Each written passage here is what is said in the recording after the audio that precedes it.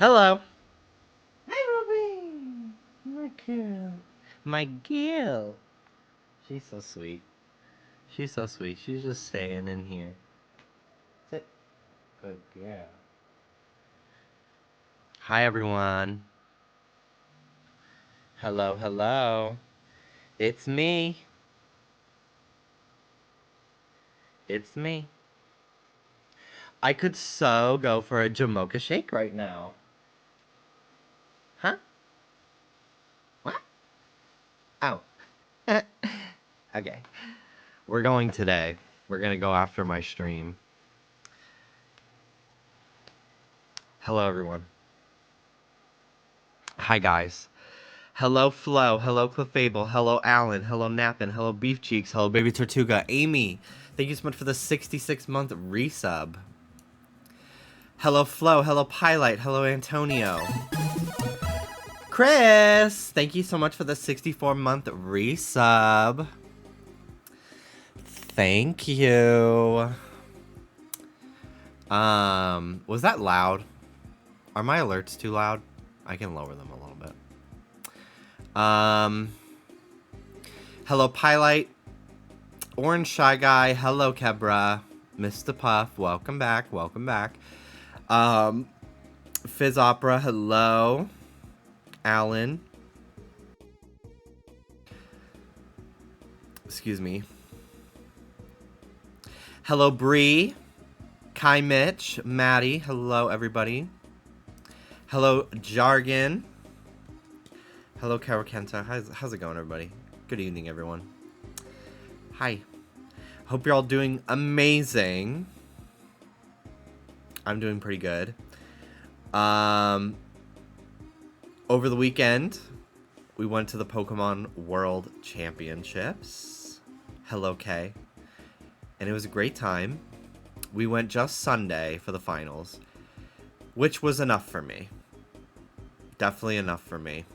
And I honestly think it could have been like 3 hours shorter. I was hoping that closing ceremony would be like 4 p.m. But instead it was like 8 o'clock, which is okay. But there was a point where I was just like, I guess we're just going to sit around for a while, which was fun. We had a really good group of people. Many Wetsies were there, and it was such a joy. Got to meet in person Gamma, Kebra, Jargon, who I've met Jargon before, but it was good to see him again. Huntober, Gavy. I also met Ecoin from chat. I met Light, which was very fun. And yeah, we just had like a good group of people. I met Megan Games, amazing streamer, and her sister, who was also very, very nice. But yeah, overall, just a really good day. It really took me back to like going to conventions in 2014 and 15, where I was just with like a huge group of people that are all just chill and fun to hang out with, and it was really, really nice. I had a really good time. It was very like nostalgic for me in a non-stressful way. It was really wonderful. I ran into Munching Orange. I think I'm going to be in his next vlog. That was crazy too, because I have not seen him in literally, like, I'm not even exaggerating. Like, I think like nine years, maybe even 10 at this point. It's been a really long time. But he's really cool. He gave me my first shout out on YouTube, and that brought me to my first 1,000 subscribers. Munching Orange and Crisscross Media both gave me shout outs when I was under 1,000, and they both bumped me up there, which was so cool. That was like 2012, I think. And I was a fan of both of them for a really long time.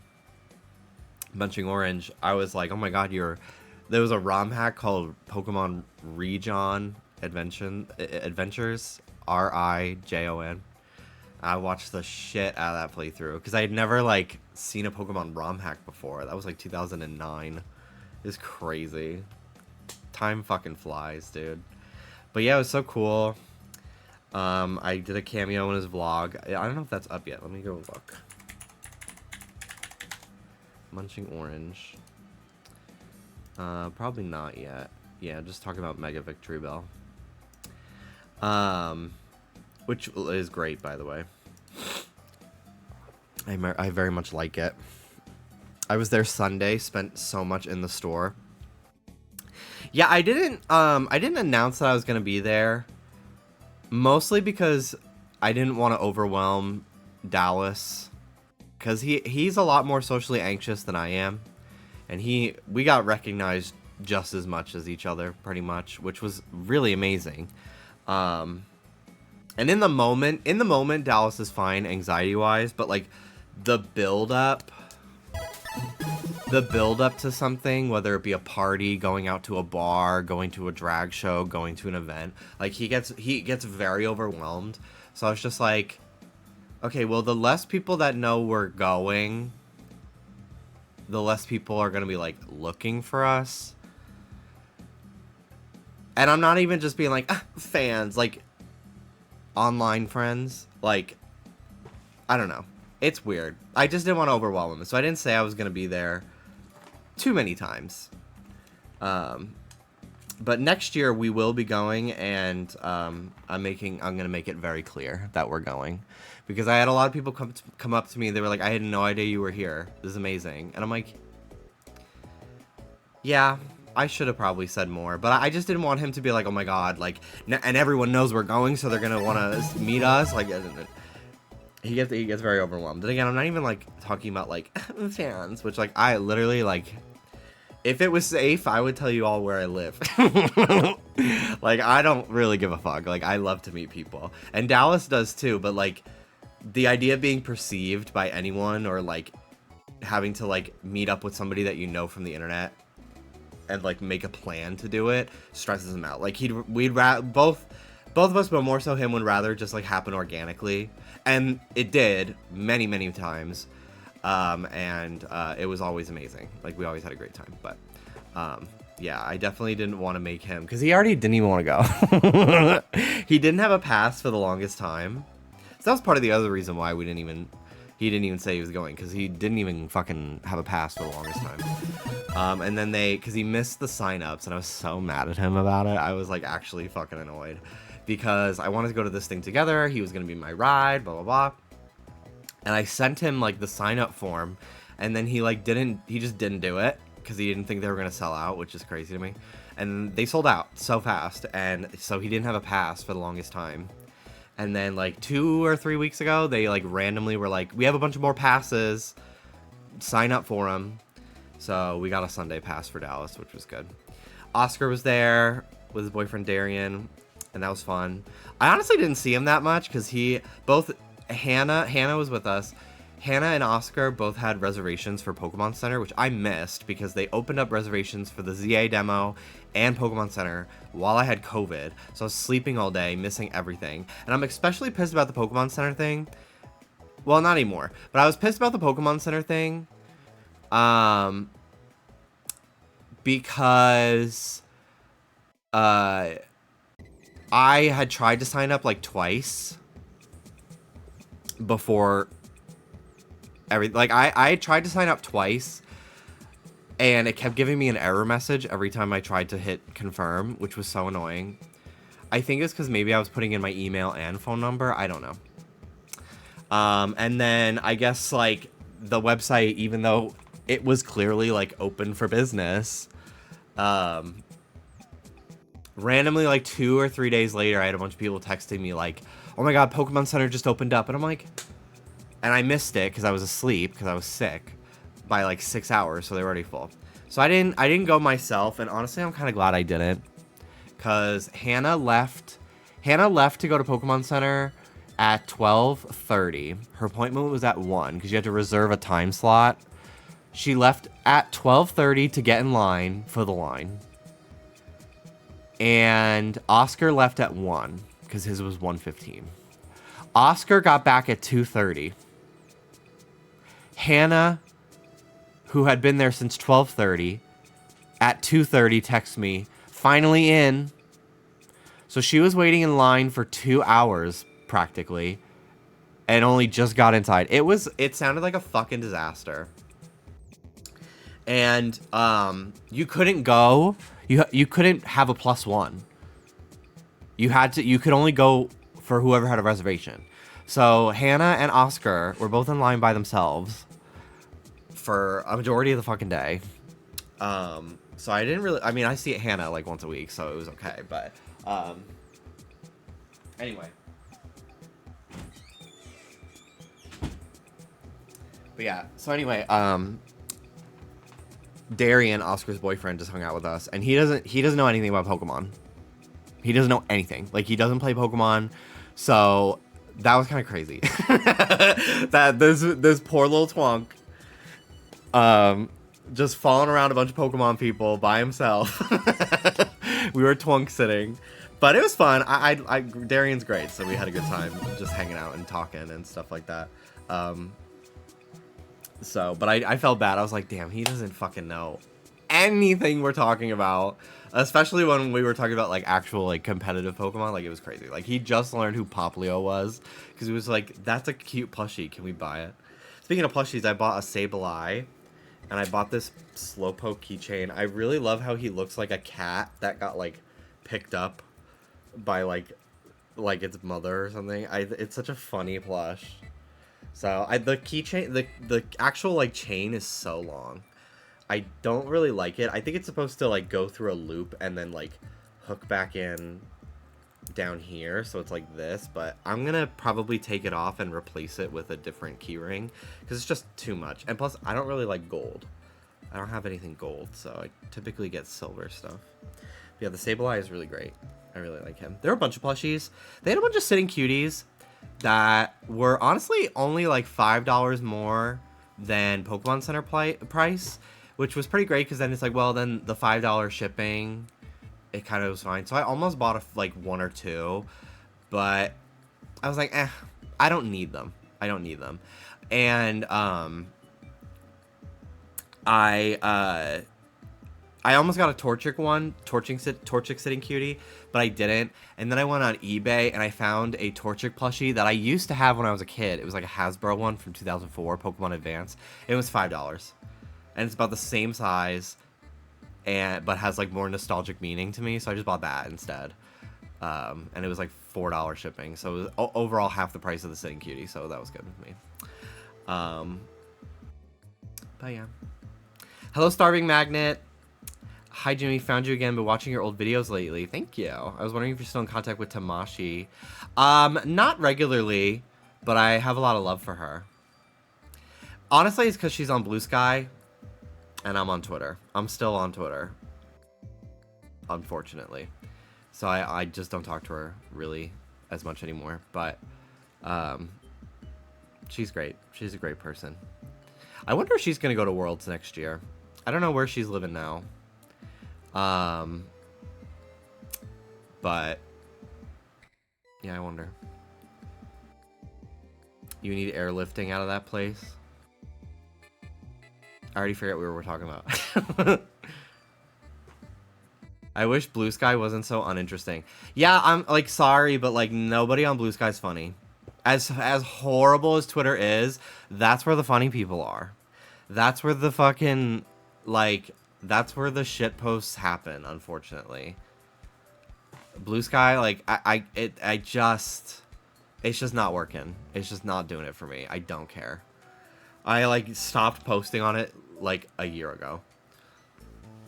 No Alexita on Blue Sky. Real. But yeah, Pokemon Worlds was really awesome.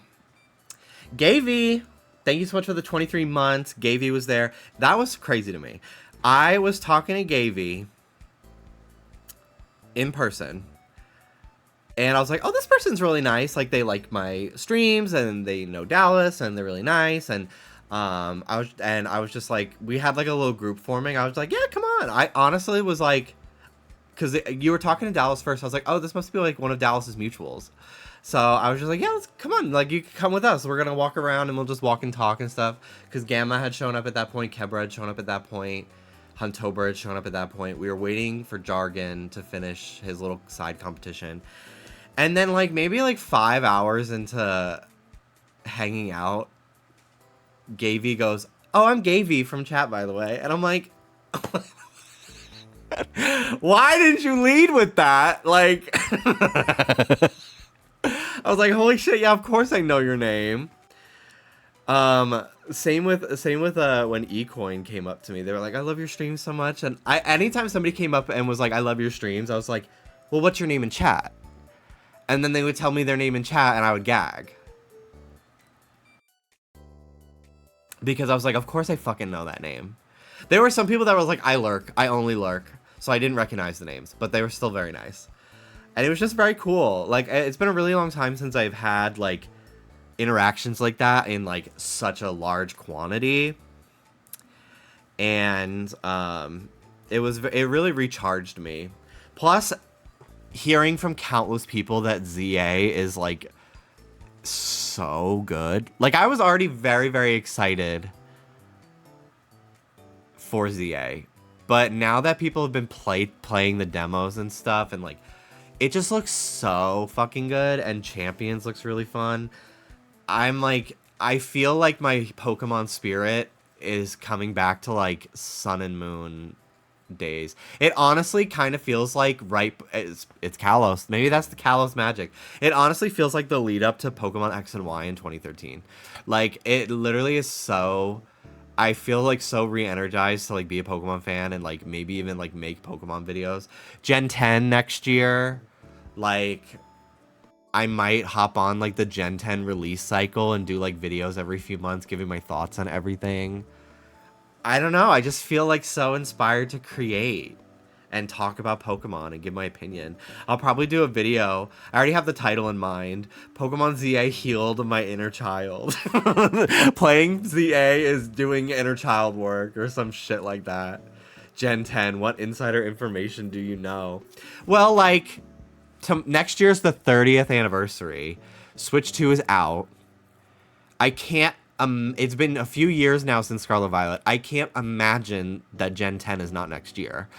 And then also, the Terra leak had a bunch of stuff about how, like, they're working on codename Gaia, and which is Gen 10, and they have the source code, but they can't play it because they didn't have a Switch 2 emulator, but, like, they have the source code. Like, it was pretty crazy, so.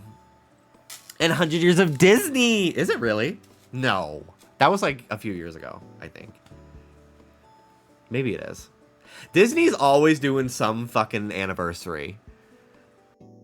It's actually crazy. Like, I'm like, how many times has it been, like, the 50th year of something? Because it was, like, 50 years of Disney, or, like, 100 years of Disney, and then, like, 100 years of Disney theme parks. Like, there was, like, because I remember there was, like, an anniversary of Disney when I was a kid, but I think it was, like, 50 years of Disney World, specifically. And I was just like, okay. That's like when people are like, happy 31st anniversary. Happy 34th anniversary to my favorite show. Oh my god, Buffy the Vampire Slayer came out 17 years ago today. I'm like, just wait for the 20th. You're 2 years late for the 15th. Just wait for the 20th at this point. I literally think this year is 75 years of Disneyland. Who gives a fuck about 75? Sorry. No. Wait till 100. Wait till 100 now. It's the 84th anniversary, girl. Yeah. And I'm 28. Like, I don't care about my birthday until 2 years from now. Goofy movie 30th anniversary, the only anniversary that's mattered in a while. That's real. I have resubs to go through. Danny! Thank you so much for the 96 months. Cheer for me next year when I'm in VGC Masters Division Finals. Bitch, I'm so excited for the World Cup next year. I'm coming back with a vengeance. We're going to do it in Champions. I really want to do Baby Brawl. That's going to be my competition. We are going to enter the ZA, the 4v, like the 4-player fucking chaotic, the mode they just revealed. But you can only bring Pokemon under 1 feet. That's it. You can only bring little fuckers in there. Maybe even baby Pokemon.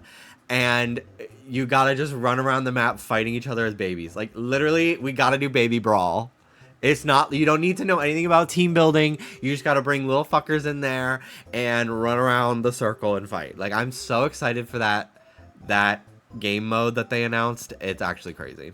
I'm really sad they didn't announce Mega Victory Bell at Worlds, because it was literally like only 4 days later. But at least we got a new Mega this week, because I've been like itching to see one. But I was hoping they would announce something at Worlds, because I was in the crowd. I wasn't in the arena. There were different venues for different things. The arena, if you wanted to be in there for the finals, you had to have been in there like 4 to 5 hours earlier. Not happening. But we had front row seats in Hall C, which was really nice, and we could get up and go to the bathroom, and we could leave whenever we wanted. Like, so I was happy where we were, to be honest. And we still had a great crowd. We had a really great crowd. There was easily over like 200 people there watching. And yeah, they came around and giving out Pokemon card packs. I didn't get a single good card. Didn't get a single good one. But that was really cool. But I was really hoping they would have like a huge new reveal, because I really wanted that like crowd reaction. People still went off though for some of the stuff, but like, you know, a new Mega would have been crazy, right? But next year is going to be fucking crazy. It's 30th anniversary. Like, World's going to be crazy. I'm so excited. So they announced Pokemon XP, which is going to be like a convention that takes place at this, like, simultaneously with Worlds in San Francisco, which is really cool, because this year Worlds already felt like a convention. It was the biggest Worlds has ever been, apparently. I've never been before. It was my first time. Which, like, technically is not true, because I did go to the Pokemon 10th anniversary event in New York City in 2006, and there was, like, a World Championship there, but it was, like, VGC, it was not the formal Pokemon Worlds that we know today. So, like, technically I have been to, like, a Pokemon event of that, like, grandeur before, but never, like, feeling like a convention with, like, an infrastructure set up. Like, it's a different feeling. I don't consider them the same.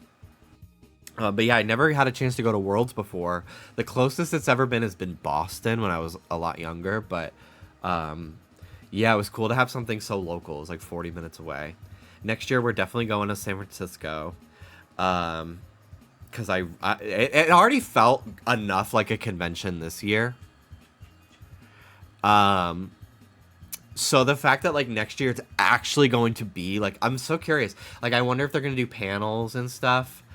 I don't know if I'm interested in getting a creator pass, just because I don't know what, like, requirements that has. I doubt they would give one to me, honestly.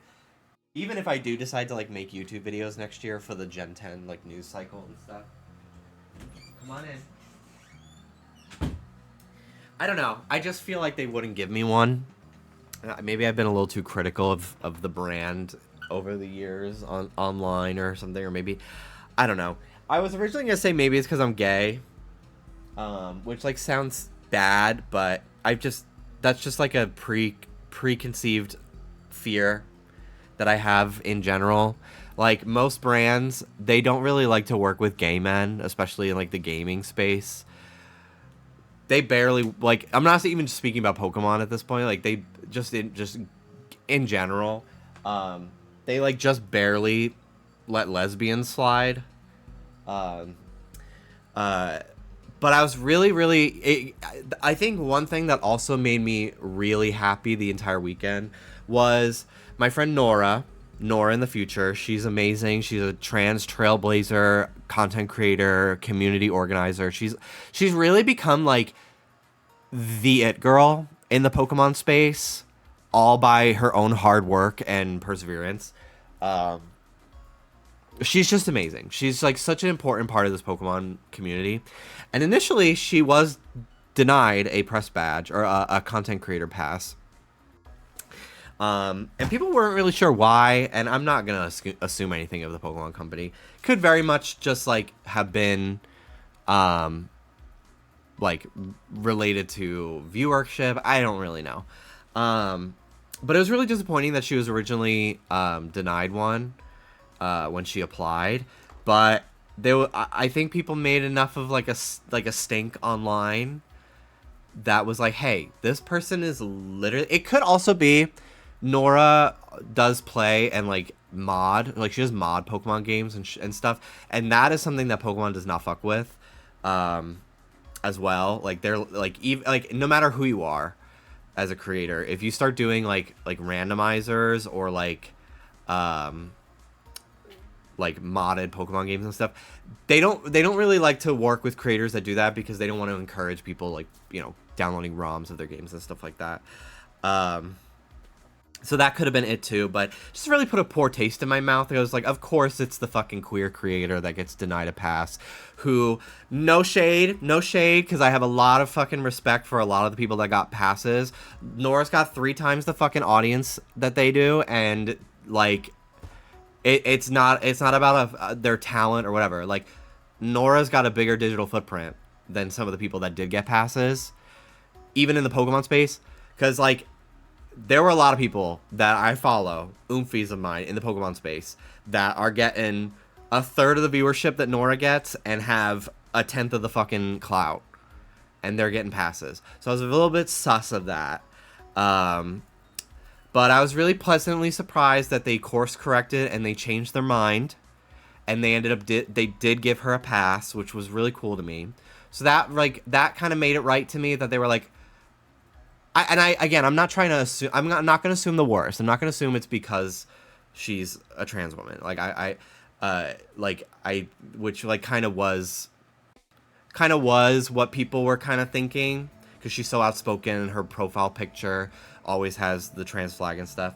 I wanted to give them the benefit of the doubt that it was just because she plays with a lot of mods and stuff, but they overlooked it because she is such like a fucking fixture of the community. And they did end up giving her a pass to not just Worlds, but I think also NAIC, another Pokemon event. So that was really cool that they were like, oh, like, we're sorry. We actually should recognize your fucking cuntness. Like, you are that girl. So that was really cool. So like, that kind of made me feel better, because I originally was like not interested. Like, I didn't apply for a creator pass. I thought about it. They denied Dallas, which we kind of were expecting because of, but I didn't even want to even consider applying, because if I got one, then I'd have to do the post that's like, hashtag free product, hashtag thank you Pokemon, and like, I didn't want to be doing that when somebody who has been more of a fucking active creator and done more for the community than I fucking have got denied. Especially if like, Nora's my friend. I literally am only hunting on 2 games today because she's fixing my fucking 3DS for me for free. Like, I was like, I'm not interested in getting a pass for free to be like, everything's great, love this, and then my friend, who deserves one too, is not getting one. So I just didn't even want to apply. So I just paid for one. But they made it right. And then what was really, really cool was Nora posted a picture of her as a kid and then her now, and like talked about her transition and stuff like that. She put it on Twitter, and the Pokemon official Twitter responded like, we love this evolution. And a lot of people are like, oh, it's just the social media intern. I have had friends that have worked for Nintendo social media of a variety of games and platforms. Pokemon especially, I know some stuff about. Everything, especially when it's like promotional, like if they're promoting like Mega Victory Bell today, they have had the tweet for Mega Victory Bell drafted for probably like 4 to 5 months at least, and it's been reviewed by like fucking 15 people. Like, it goes through a lot. Granted, this tweet was like a lot like faster response, but it still had to pass through the chain of communication in order to be made. They're very specific about how, like, who and when they respond to. So the fact that Pokemon, like, the social media manager was like, I want to fucking show this trans creator that we support them. And Pokemon, yes, Pokemon's a brand. I had somebody fucking poo-pooing, going, rainbow capitalism. Bitch, Pokemon is not just a fucking corporation. Like, it is literally like an event organizer. Like, it is a fan space. Like, it's not like fucking Honda Civic is like being like, woo, love the gays. Like, it has more weight to it. It has more weight to it. It's very significant. It's worth celebrating, in my opinion. So, like, yes, the community manager wanted to make that post, but then also, like, the corporate had to approve that this response would be made, I would imagine. I obviously don't know. The information I've heard about how tweets are made on, like, Nintendo socials and stuff have been... I knew that from, like, 2016, 2017. I can't imagine the infrastructure has changed that much. But, like, everything needs to be approved. So,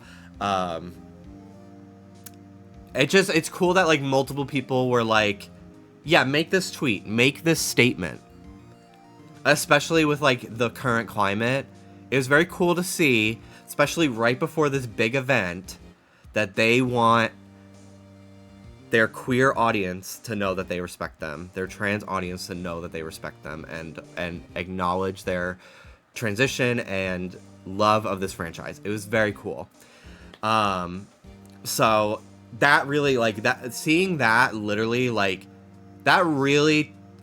that combined with, like, the quality of ZA, the quality of the event, that was an amazingly run convention, in my opinion. It was so spacious. It had so much to do. Granted, I didn't get in any of the queue lines, so, like, I don't have critique on that. I didn't line up for anything, because fuck that. But it was just really cool. The museum that they had for Pokemon card art was so cool. Like, I just thought it was a really, really well-made event compared to, like, all the events I've been to in my life. I had a really great time, and, like, that really made me feel like I'm actually really happy and proud to say I'm a part of this community, you know, and, like, have given so much time to this brand, time and money to this company. It really pivoted my, opinion of the Pokemon brand quite a lot towards the positive, compared to, like, where it was even, like, 3 weeks ago. That since in anything I felt post Scarlet Violet, you know. So, yeah, I'm very happy about it. Very happy for Nora and just everyone. It was a really great time. That was a really cool final, the Masters finals. It was so fun to watch. I'm so happy it went to Game 3. That was really crazy. I was on the edge of my fucking seat. It was really cool. So I had a really good time. Hello, Zane. Hello, Gordana. Hello. Forever Fenway, thank you for the 47-month resub. Thank you. Joshua Tortellini, 65-month resub. Mr. Puff, 3-month resub. Huntober, 56 months. Squiddly Diddly, 45 months. Thank you. Will you be competing next year? No, probably not. I just don't have the mental bandwidth to, like, team build and keep up with the meta as much as I used to.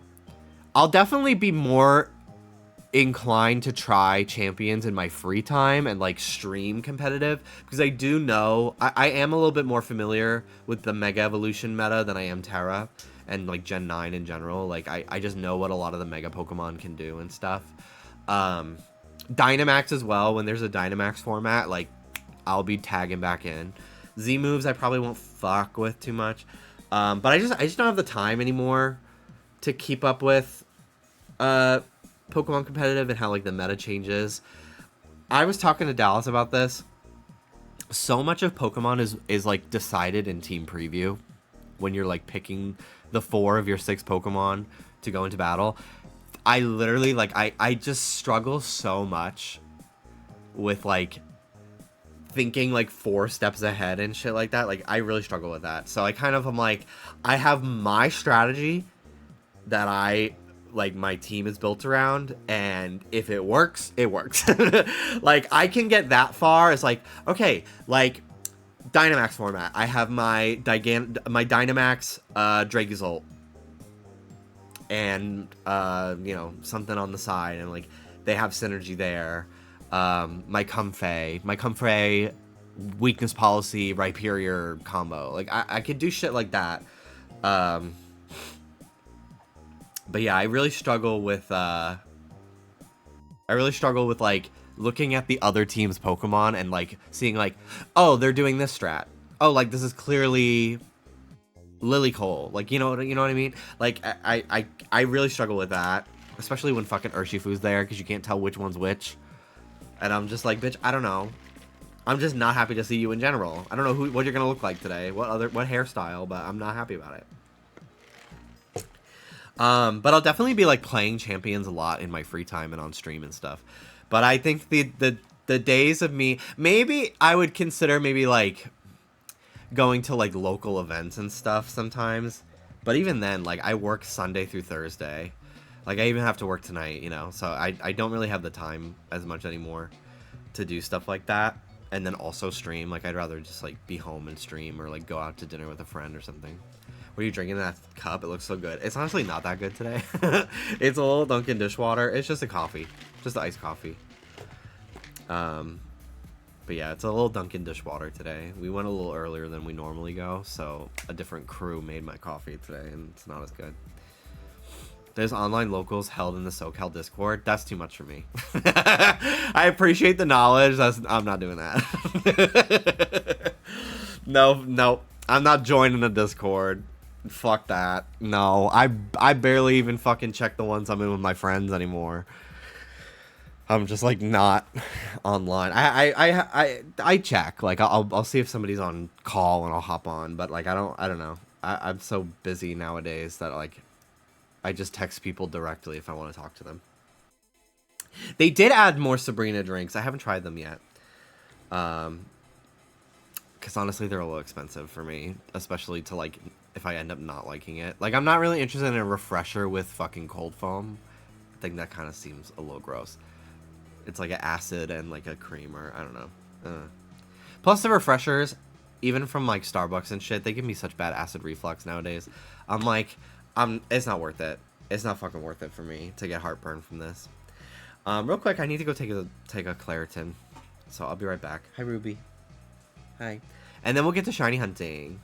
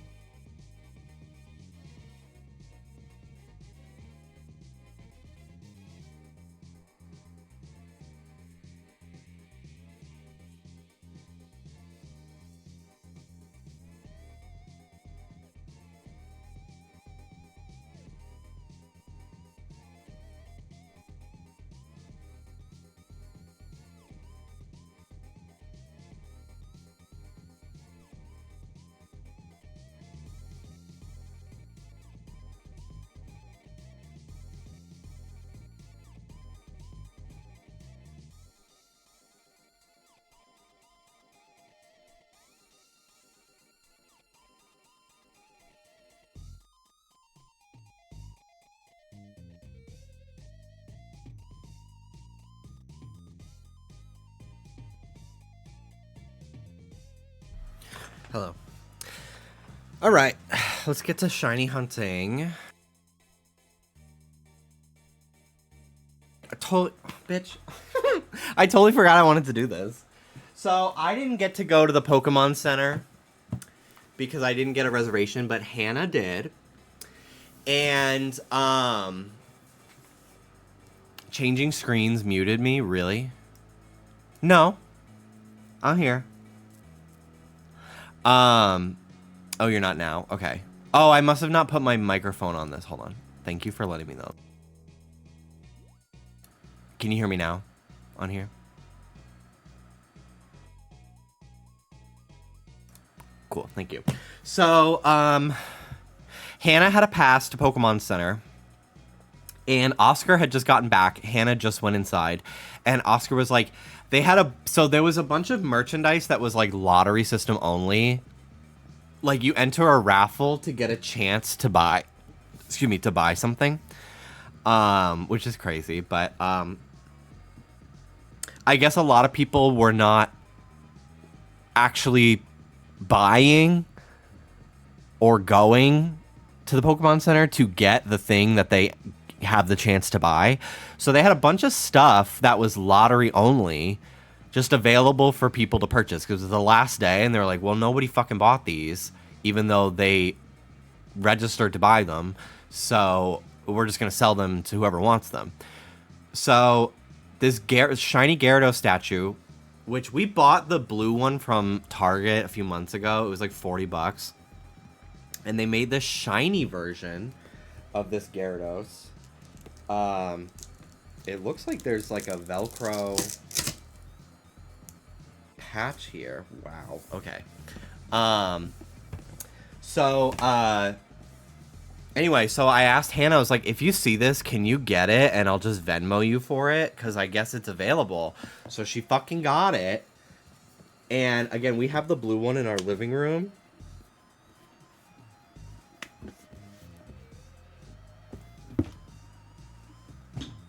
And now we have the shiny version of this Gyarados statue. This is fucking sick. It might need batteries. Because the Hyper Beam does light up.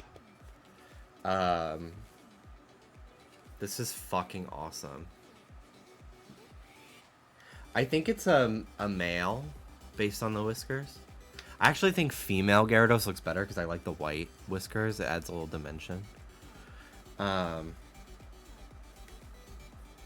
But yeah, this is such a cool statue. So, yeah, we're gonna display this in our living room with the blue one somewhere. I'm just gonna put it in the background for now. Sorry, Zimomo.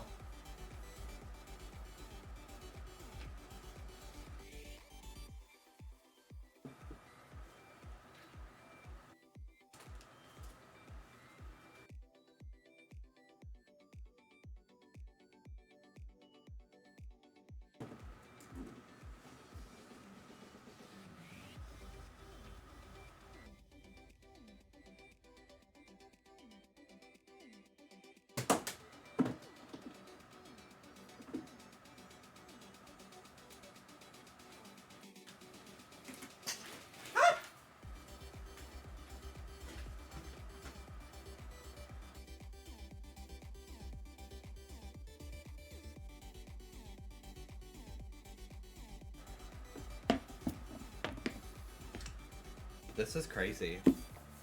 It's such a big box. I kind of wish there was almost like a plastic window to display it. It's a shame that I'm just gonna probably throw this in the garbage. I don't know. Maybe it's worth keeping as like a collector's value. I kind of hate hoarding boxes. It makes it so annoying when you have to move. But I feel like this one might be worth keeping on the off chance. It is so limited that like I could see it appreciating in value someday. But I kind of am like, I don't collect shit to sell it one day.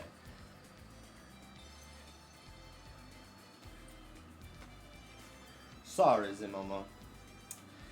They finally revealed officially the mini Labubus that are coming out.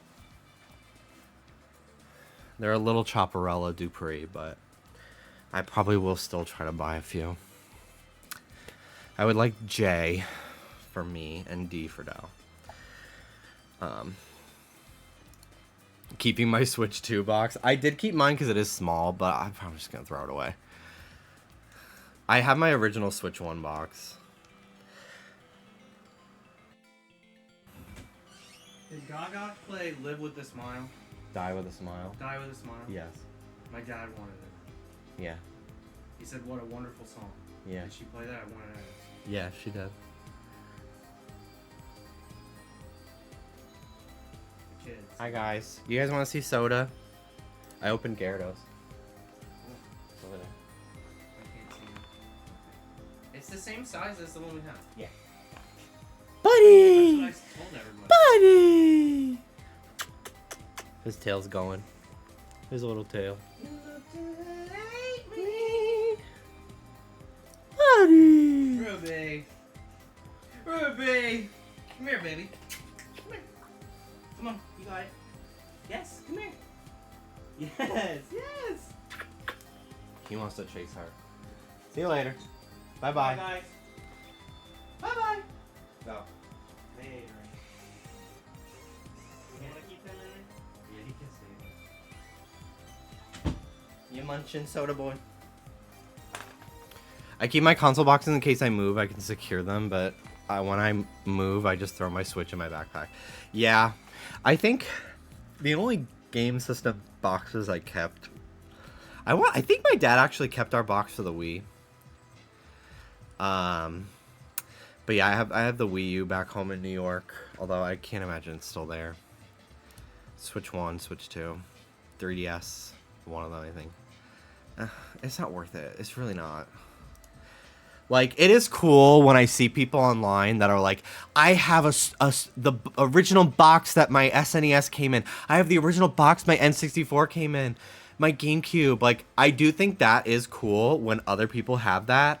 And I'm sure 30 years from now, I'm going to feel that way about people who have, like, a Switch box. I don't need to be that person personally. I've realized as I've gotten older and I've had to move so many fucking times, I don't actually need to be that person. I could just see it on TikTok when other people do it.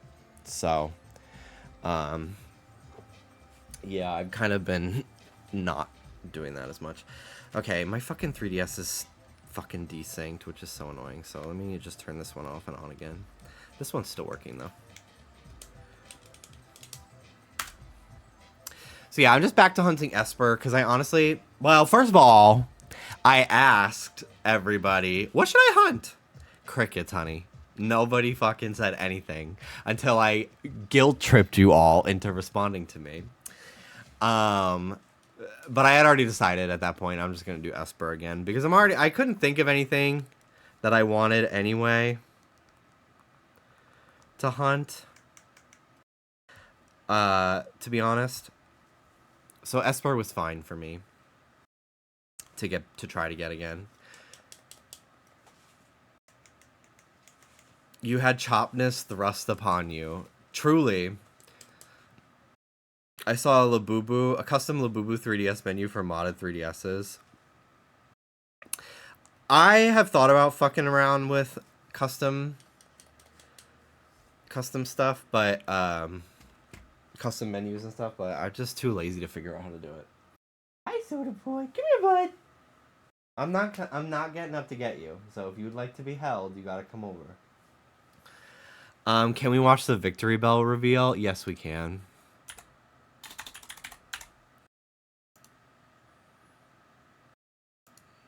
It was actually very good, and it made me really want a Pokemon horror game.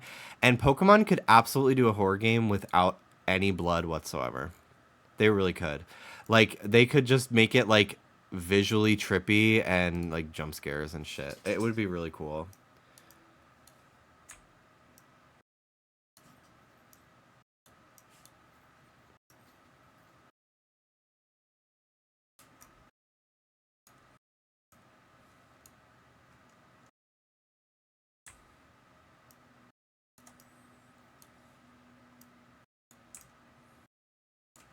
Okay. So we'll watch, like, the trailer, and then we'll watch the gameplay video. So this is all CG. I thought it was going to be, like, real life. But no, it actually looks like a horror game. We heard this building gives off a strange scent at night, so we're checking it out. You got permission, right? Yeah. Let's head in. Huh? It's all melted. They're eating it. Something smells sweet. I'll get the door. Oh, you want to leave? See you later, buddy. Anyone home? Sure is dark in here. This was very, very cool. Hello, Imion. Hello, hello.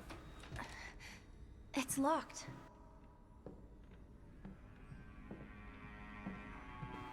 This literally is Resident Evil coded. It's fucking crazy. I wonder if she's even supposed to be dressed like, I don't know, an Until Dawn character kind of vibe. I was wondering, like, is there like some sort of reference to like Claire or something like It's that just with her mirrors. outfit?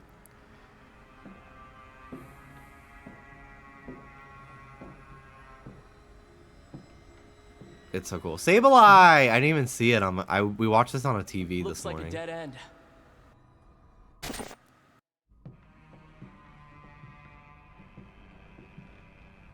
I actually spent the first like hour of my stream talking about Worlds Wanna already, head upstairs? but I had a great time. We were there until after the closing ceremonies. We left Hold like on. right when they ended, like at 8 o'clock or something.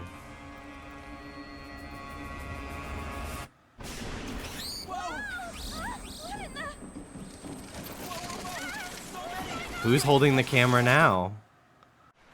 Is there a third person in this group? Alright? That was scary. And the smell keeps Who the getting fuck was stronger. holding the camera here? Oh, did they like did they steal it from him? Is that what happened? No, who's holding this? Oh, Rotom phone. That's true.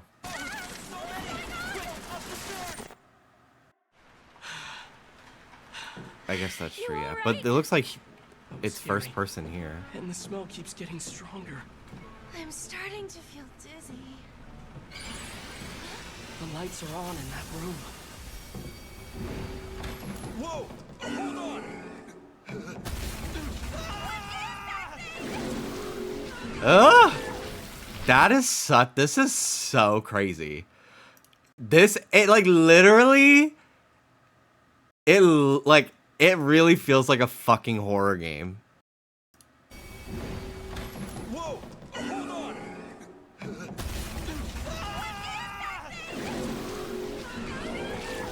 Ugh, the like sound effects are so fucking scary. Them leaving their fucking phone. That poor Rotom. Hurry! Here, this way! Get out of here! Calm down! You really made a mess of things.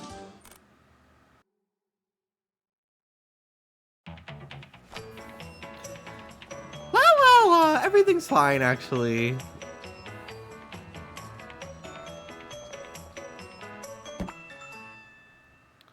The trainer kind of hot. Girl. And now we can watch the gameplay. Oh, I wish I could be Mega. Oh, woe is me.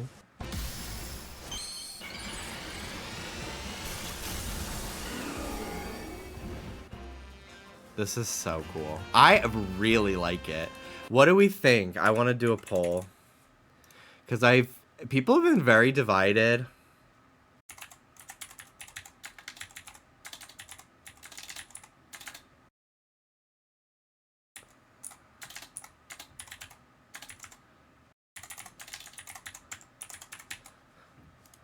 I'll just do like 2 minutes.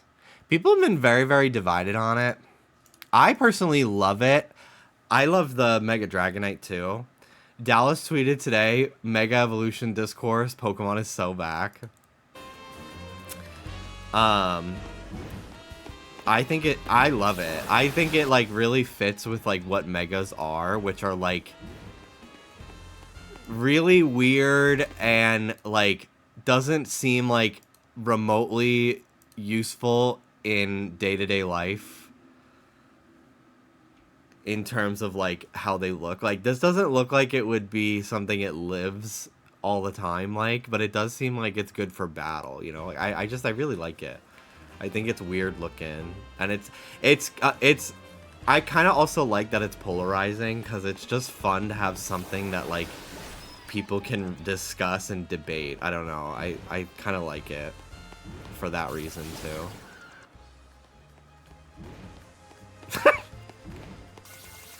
I'm not reading that. You're not wrong. I just think it's fucking cool. It's based on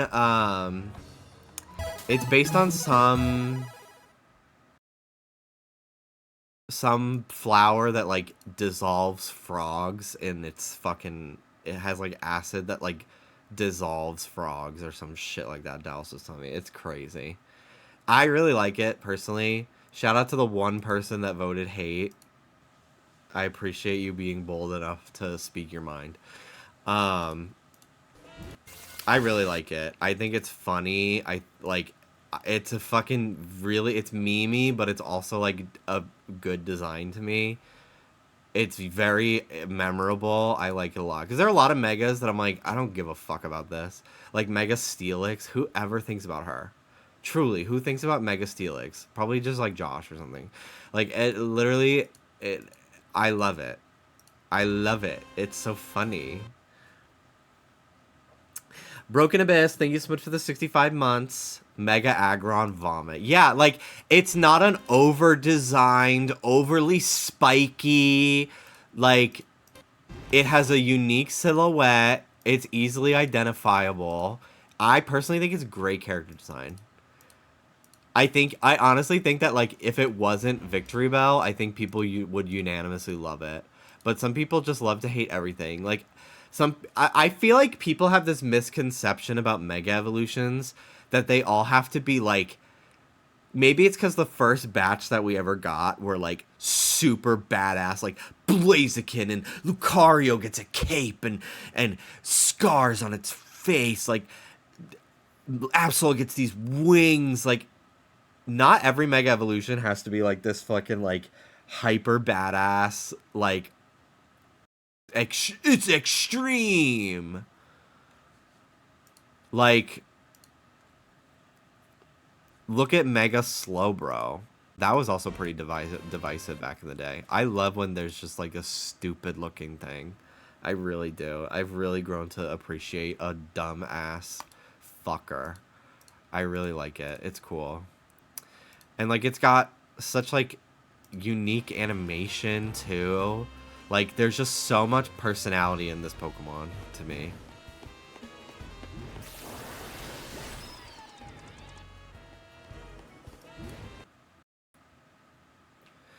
Let's get pretty Megas again, too, though. I want the girls to win. I think Dragonite is great, personally.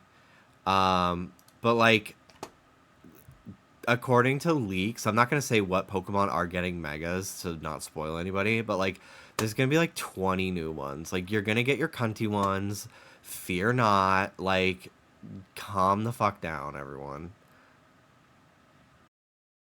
Like, it's not going to be just 2. Like, at the very least, we're getting all the ones for the starters. No doubt in my mind.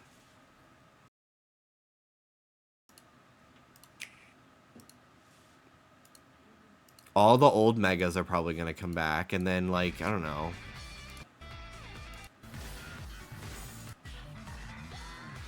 They're going to do some cool shit. I really like Dragonite, personally. I think it's gorge. I think it's so cute. Love it. Yes, bitch. The double wings. I think it's so cool. Like, to me, Mega Evolutions also, like, they're supposed to kind of look like mutations to me as well. Because, like, they're formed... Megastones are formed from radiation from the ultimate weapon. Like, they're kind of supposed to look like they're mutants a little bit as well. Come on, Soda Boy. Hey, buddy. Oh my gosh, he's so little. He's so little, guys. Oh my god. Guys, he's so little. It's really, like, sometimes I forget just how tiny he is. Hi.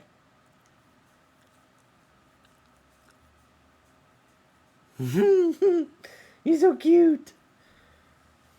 I love you, buddy. I love you. Hello. Hey, buddy. Soda Boy. Jimmy, have you ranked all the Megas?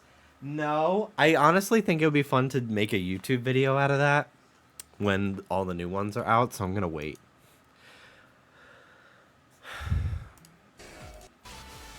This game just looks so good. I don't think I ever watched this trailer on stream, because I was like, I'm not waking up for a fucking trailer. I knew there was only gonna be one new thing shown, so I was like, I'm good. How do you feel about Mega Kangaskhan? I like it.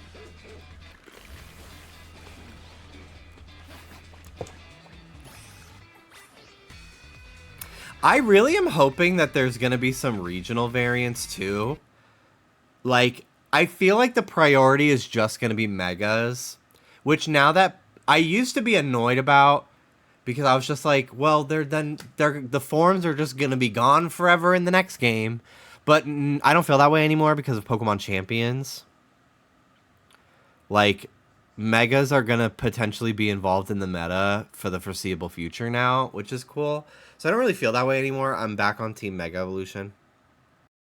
I will always prefer like a regional variant just because I think like I just like that like design philosophy a little bit more. Like I really like the idea of like Pokemon adapting to their environment and ending up looking different. Like I just think that's more exciting to me than a Mega, but I'm really into what they've shown. But I feel like this game's focus is just going to be Mega Evolution. I don't know if we'll be seeing any regional variants, but I would love some Colossean forms of some Pokemon. I think that would be really cool.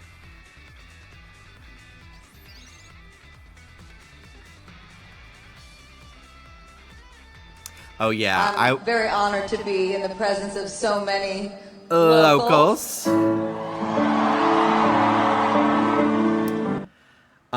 Hello Light, thank you so much for the raid. It was so good to meet you at Worlds. I hope we had a good stream. I kind of was rolling my eyes a little bit. And I was rolling my eyes at a lot of people that I love dearly and consider friends. But I was kind of like, I was really glad I didn't wake up to stream this when it happened. Because I was just like, there was no way. You rolling your eyes? I know. Shocking. Me being irked by something that doesn't matter. I was kind of rolling my eyes a little bit at the amount of people like going like, yeah, no freaking way, like pogging over them like adding something that shouldn't have gone away. Like people losing their mind over like good clothes coming back. I was kind of like, are we serious? Are we serious? Like, I don't know. The clothes do look great, but I was like, I'm not gonna be like pogging like they just revealed fucking penis for Smash Brothers. You know what I mean? Like, I'm not doing that. Also, like, the amount of people that genuinely believed that they would not add clothing customization back despite us playing a game in Kalos. And also, this location has fully been in a trailer already. Like, we've known. So I just was, like, kind of surprised people acting like they just announced they found out how to slice bread. You know what I mean? But yeah, it was more just like, oh, thank God it's back. Like, thank God the clothes look good. I was, like, not here for the compilations of people going, like, yeah! Like, that was so your clip farming. Like, I'm so jaded. I'm so jaded to a clip farm. I can clock it. Shout out to all my friends that made the feeds, though. Happy that you got your clout. But I was like, bitch, come on now. You are not this hyped for a fucking pink jacket at 6 o'clock in the morning. Error code Joe, thank you for the 39 months. Hi. He's talking to me. He sat behind me and went, mm. Come here, buddy. Oh, you want to lay down. He wants to be pet on his belly, and that's what he wants. I like that Soda already looks 85. It's just because he's so scruffy. If we gave him a haircut, he would look like a baby again. Dallas wants to give him wants to take him to a groomer and see what he looks like with short hair again, but I love him being scruffy. I think he looks like such a little fucking weirdo. I love it. Buddy! Buddy boy! My bud! Hello. Hi. He's had such a little attitude lately. It's been so funny. Um, he in bed, if he's like laying and like I want him to move, I'll like gently nudge him, and he goes like, like don't even think about it. And I'm like, excuse me. And Dallas goes to pick him up sometimes lately, and he's just like, like don't touch me. And we like grab him, and we're like, hey, who the hell do you think you are?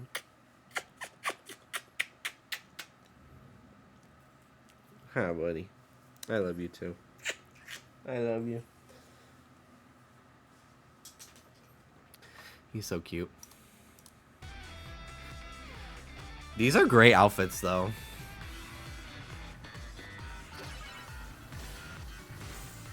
I really like this game's art style too. I watched a bunch of videos about like the development process for Scarlet and Violet, and it like will always baffle me. I will someday shut the fuck up. I promise. But it just baffles me that they like ever wanted to like try for realism. Like a lot of the pitch documents that were leaked in the Terra Leak last year about Scarlet and Violet like referenced the desire to like try for realistic textures and realistic lighting, and I'm like, why? Like, it's such a weird choice to me and a weird like goal, because it was never gonna happen on base Switch. It looked like shit. Like, it's just so weird to me. I think this is such a beautiful game. Like, the character models look so good again. Like, I will say, even if it most of the time has been a little, well, not most, but like a lot of the time has been a flop, like BDSP and Scarlet Violet and stuff. I do applaud them for every Switch Pokemon game at least trying a different art direction at the very least. Like, I do think like that's pretty admirable. I'll give them that. But I think that this is like, I would even like it to be even a little bit more cel-shaded vibes, like more Genshin vibes, for like the environment and stuff. But I am very happy that at least like the character models feel like an anime game. Like, I don't feel like I'm looking at a character and I can see their fucking like sun damage. Like, a lot of the skin in Scarlet and Violet looks like it feels like a DSi. Like, it has like a matte finish. It's like, specifically,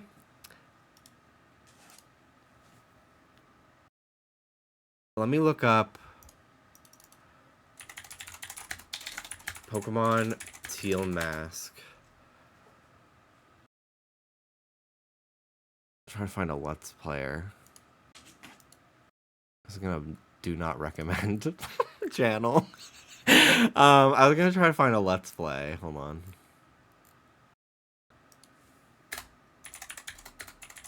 Do I even have one?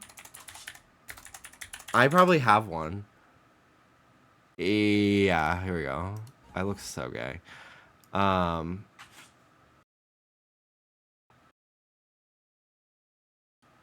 It's specifically this fucking one character. Ugh, here he is. This old guy, for some reason in particular, like, his skin texture literally looks like he feels like a smooth stone. He looks like he feels like my fucking gua sha. Like, his fucking skin texture literally feels like a fucking DS Lite. Or a DSi. It's such a weird... I hate it.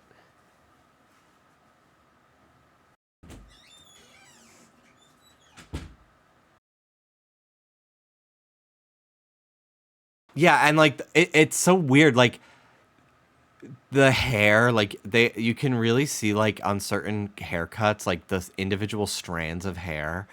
And it kind of looks like when somebody gets a hair transplant and it's like first healing and like the hairs are a lot thicker than the baby hairs that you originally had.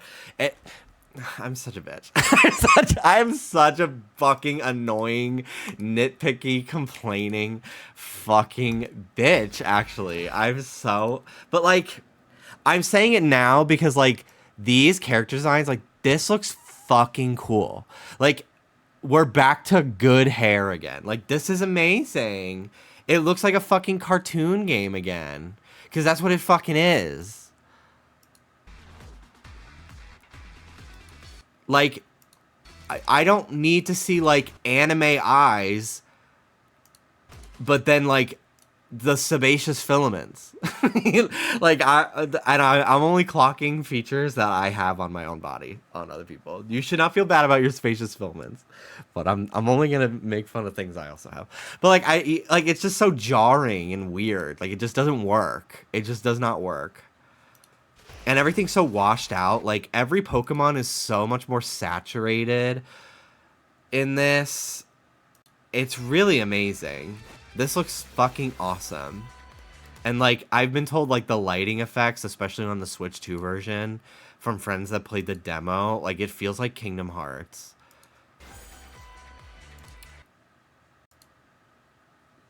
Like, this looks so fucking good.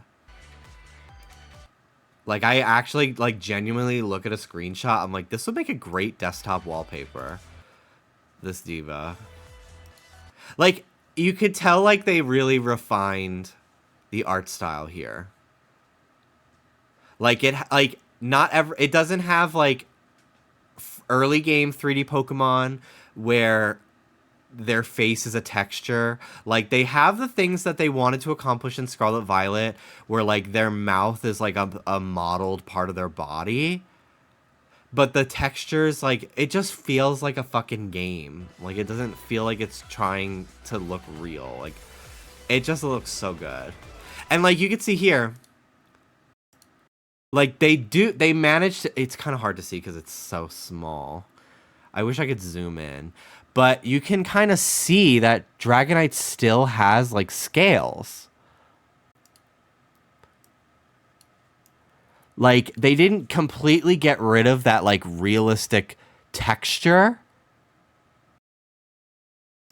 that they introduced in Scarlet Violet, but they found a way to, like, merge it with cel-shaded vibes of, like, Sword and Shield and other games. This Pidgeotto model's still a little chopped, but that's okay. You know, not everything could be fucking perfect.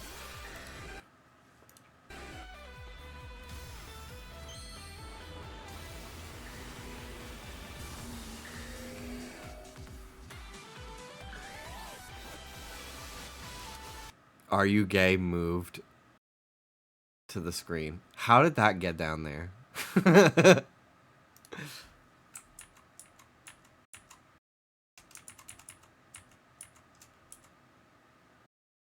Where'd it go now? Where'd it go now? I ate it. Are You Gay shaped Alex? Have you seen...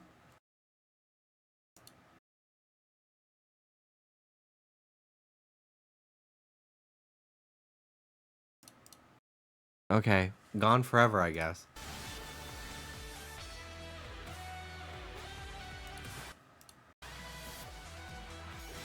This is such a good trailer.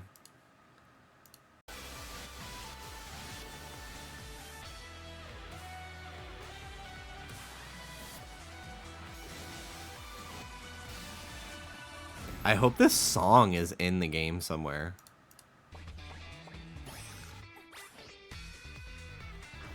And it's not just like a royalty-free thing.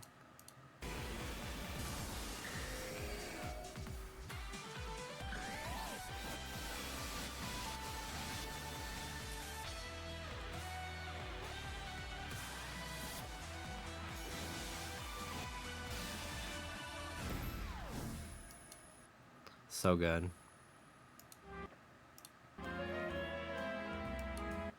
We're so close, dude. It's like a month and a half away.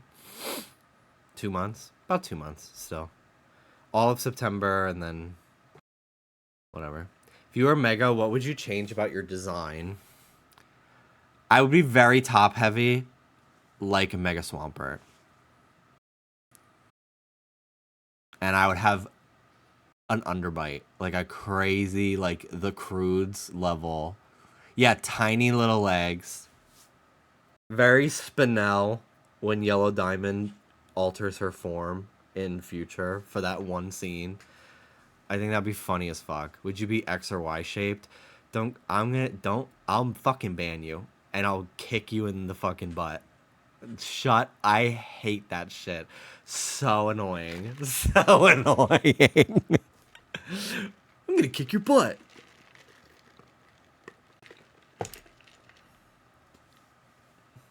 He's so obviously X-shaped.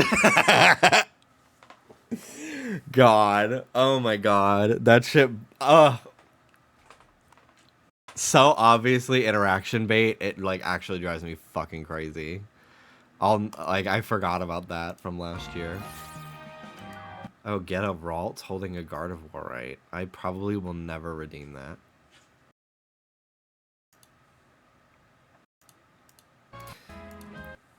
What other Twitch streamer threatens to physically harm their chatters? Over a shit post. Only the shit you're gonna get here.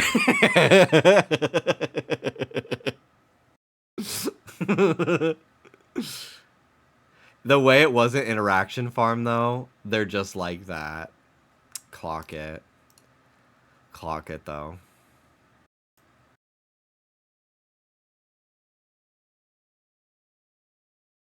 This diva. Love her. I really like... Okay, the Team Flare logo on her chair. Bitch. That should not be allowed. That, to me, is, like, the Pokemon... Like, universe equivalent of, like, a Confederate flag license plate or bumper sticker. Like, what the fuck are you doing? Decorating your office with the emblems of a fucking terrorist organization. What are you doing? I know she used to be a Team Flare scientist, but like, girl, the past is the past. You lost. The rodent pad is fierce.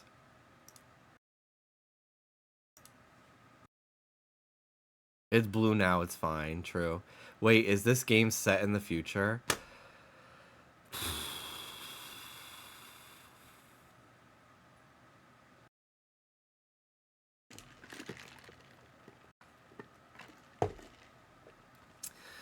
Okay.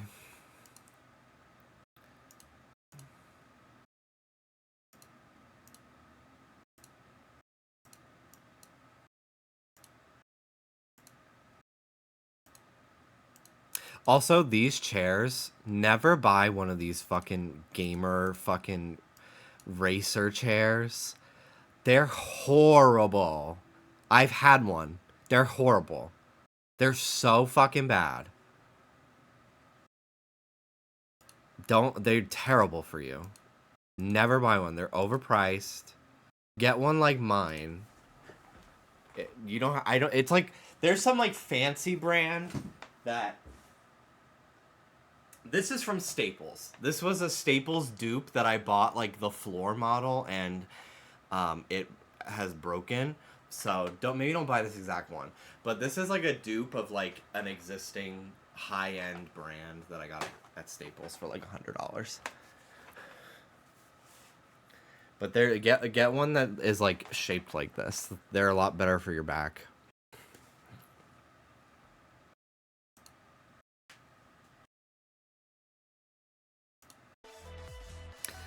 I love Megas evolving on their own, and they're fucking huge and scary. It's so cool. Okay. Love it. Love the detour. Let me put my music back on.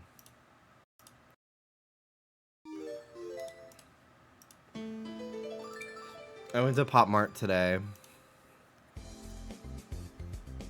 I got the Pucky Century Egg.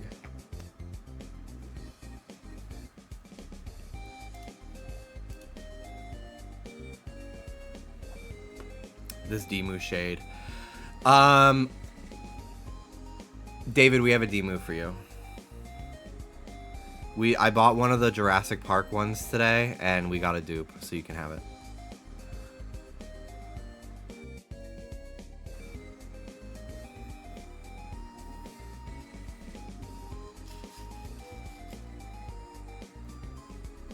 It's always ZA this, ZA that. When are they gonna put Coliseum on Switch? Real.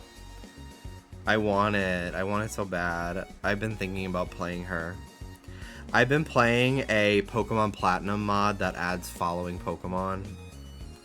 It's literally called Pokemon Following Platinum.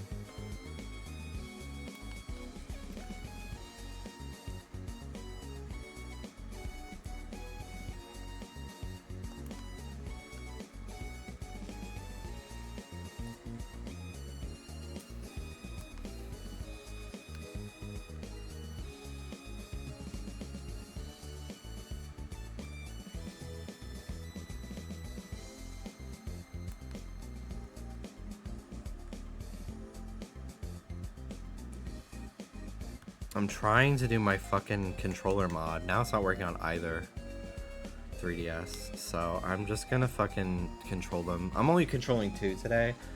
So I'm just gonna control them with the D-pads, I guess. Because it's not working today. So annoying. I want to learn how to put fan games and stuff on my modded 3DS. Because that's the only way I'm playing those fun edited games. It's pretty easy.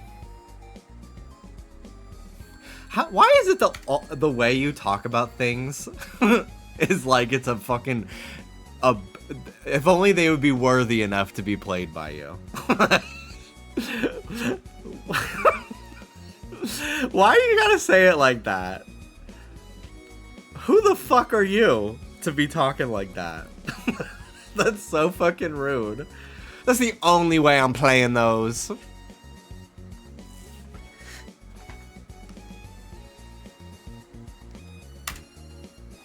But yeah, it's easy as fuck, actually, to do it.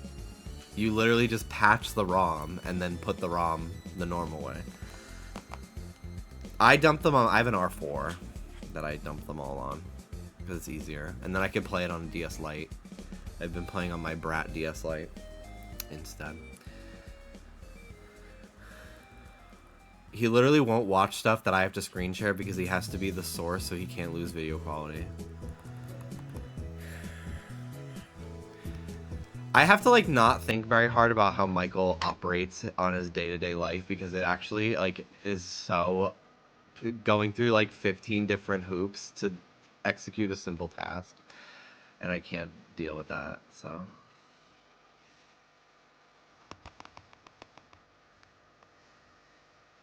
DS is a little tricky. It doesn't have a virtual console. You like load the DS games as DSiWare. I've done it a bunch of times.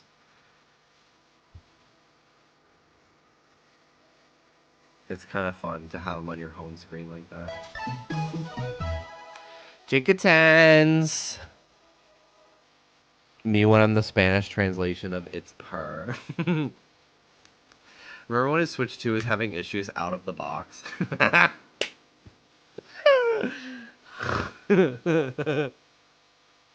And it was just him. The movement, it's so weird. Like, I don't know how I feel. Well, good thing we don't care.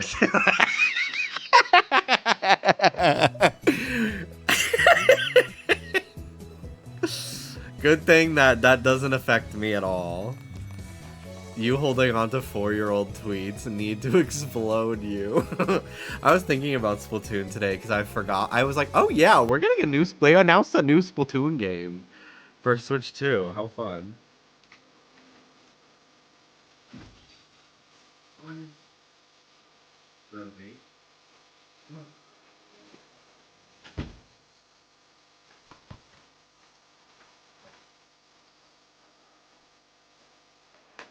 Because I was thinking today, are you guys lying? Holy shit, this guy. He's 2 for 2 today.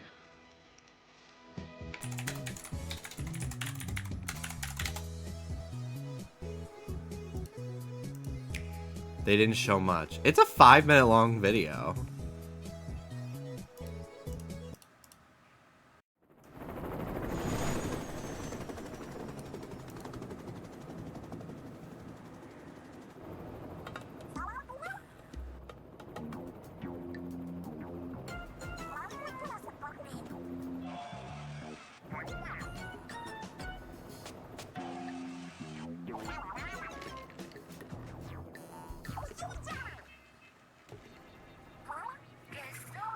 In Michael's defense, they did kind of drop this on Twitter with zero fanfare. Yes, but of every one of my friends, Michael is the most chronically online. Like, if I say, now Onika, he already know, he could finish the sentence. Like, he knows.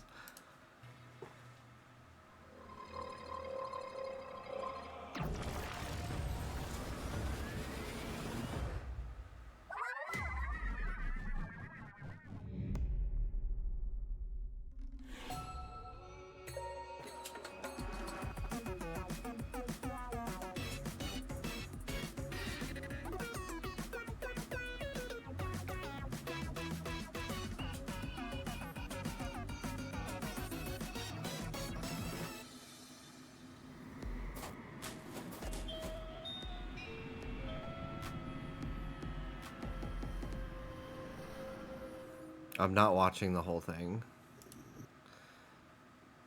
But anyway, yeah.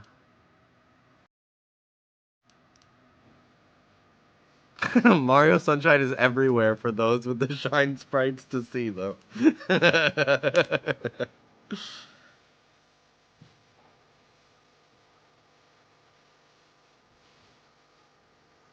Let's get that, Esper.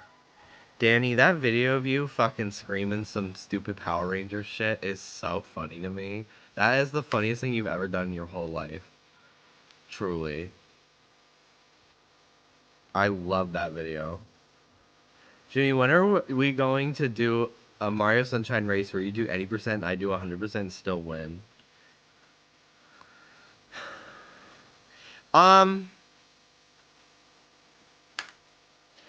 Never.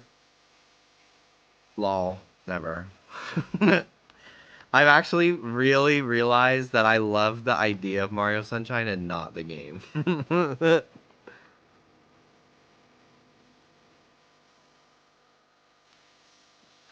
According to Rich, he was talking about boy butt a half a second before that, and he just cut it for Twitter. What were you saying? I want to know.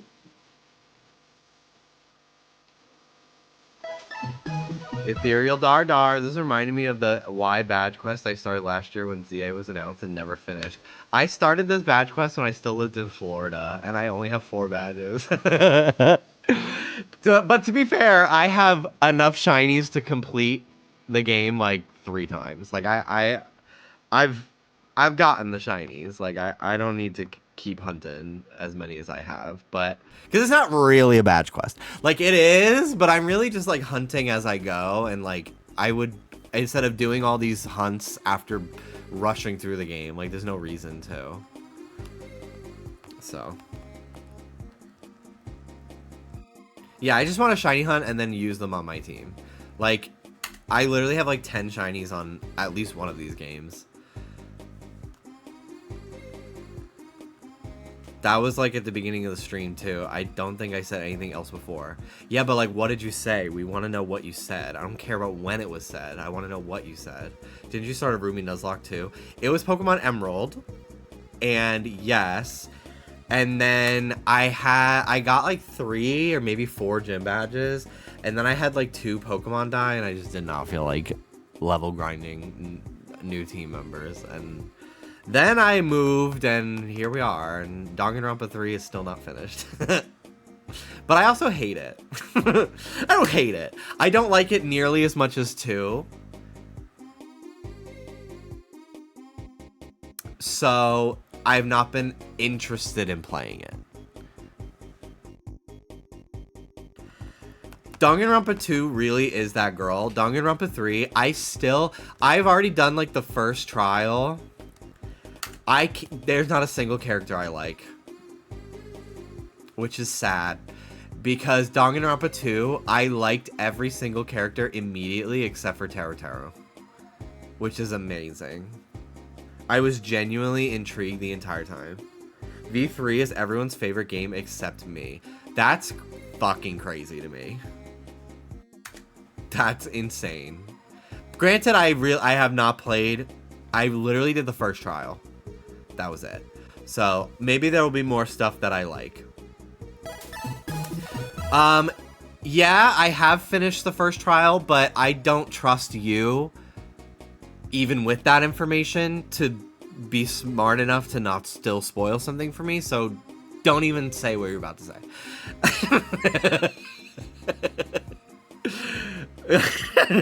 Just don't say it. Bite-sized Beatles, thank you for the 45 months. Just vote. Just vote.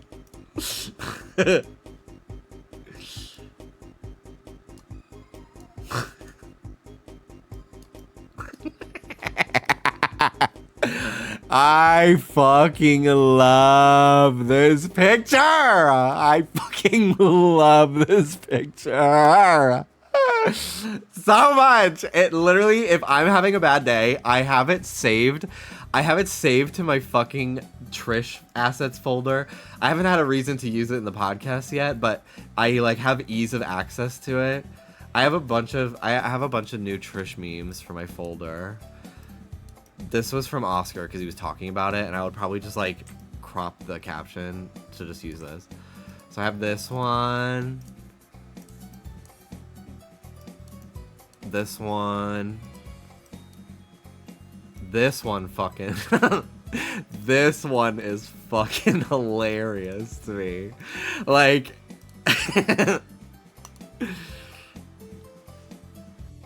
It's so good.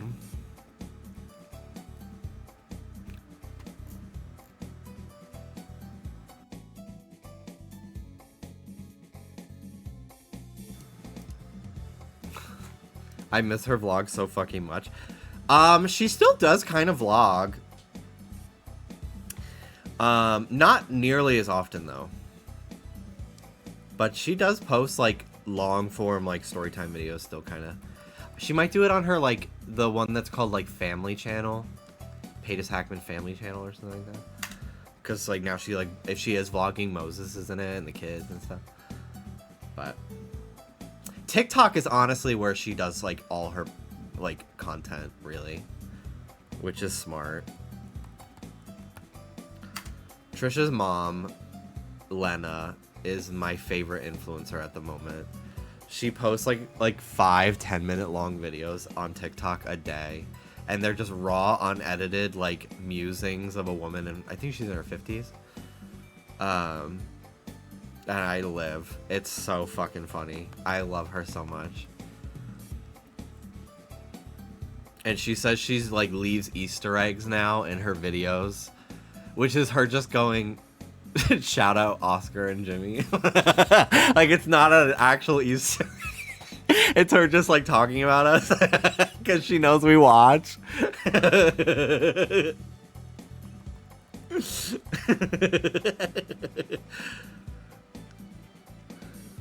I love it. She influences. That woman makes me so hungry because she's always showing like the most delicious plate of nachos, a delicious coffee flavored like protein shake, showing her Costco haul with her stuffed bell peppers. I'm like, oh my god. I really am she's such an influencer. I'm so influenced. So we're going to Arby's tonight because Trish, her Arby's commercial came out yesterday. Whatever. It's out. It's new. And I actually think we're going to the Arby's that she filmed the commercial at because it's like the closest one to us. So that's kind of crazy. But yeah, we're gonna go after my stream because they're open till 11. So we're gonna go after my stream, get the shakes. I might get curly fries too. I'm not hungry enough for food today. I have like frozens that I want to eat because I just bought them yesterday. But I'll probably get mozzarella sticks and curly fries. I want a Jamocha shake so bad. Do you want to come with us? We're probably going to go in like 3 hours. You can come with us. We have room in the car. So. I don't know if I've ever had Arby's. Yeah, I only had it for the first time. I've had it twice now. We had it on our road trip home from Tahoe. And I got like they had like a creamsicle shake. It was really good. And then we've gotten it on the way home from getting Mel before. And I liked it. But yeah, I didn't grow up anywhere near an Arby's. And I don't even know if there was one near us in Jacksonville. There was one next to the Dunkin' we used to go to by our first apartment, but I don't remember if it was open. It might have like been closed. I'm not sure. But yeah, I had never had Arby's until like last year.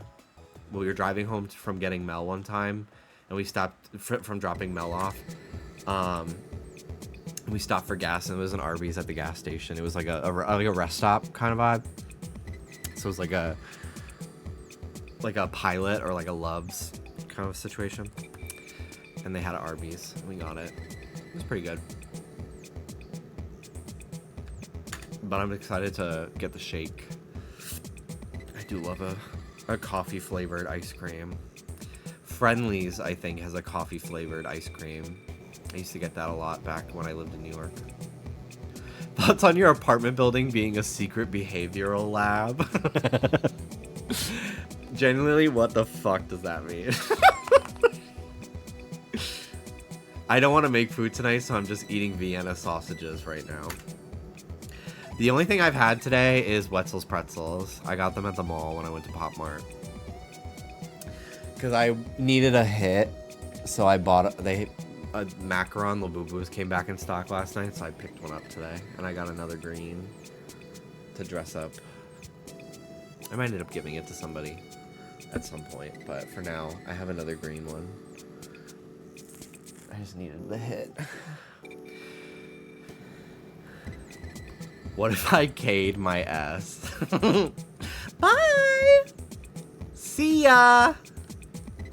They asked me to go to work today. I ignored the text for 5 hours and said, OMG, I didn't see this. Wait, OMG, I totally would have if I saw this. So sorry. You did miss my thoughts on Mega Victory Bell. Short and sweet is that I like it. Can you react to Gnarly? I'm the shit. I go in and out of liking that song and hating it and liking it. I can't decide. I think that could be the mark of a viral hit. I think that is like, I'm genuinely, I watched their Kids' Choice Awards performance and was mesmerized. I watched it like 5 times. So I guess that means I like it.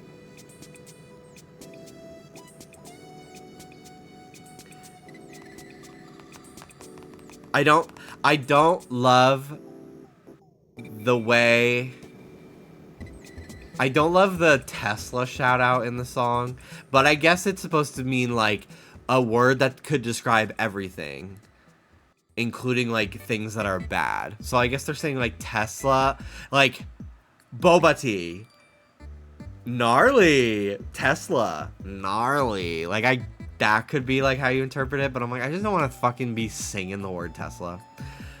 But the way they say fried chicken, I hate it.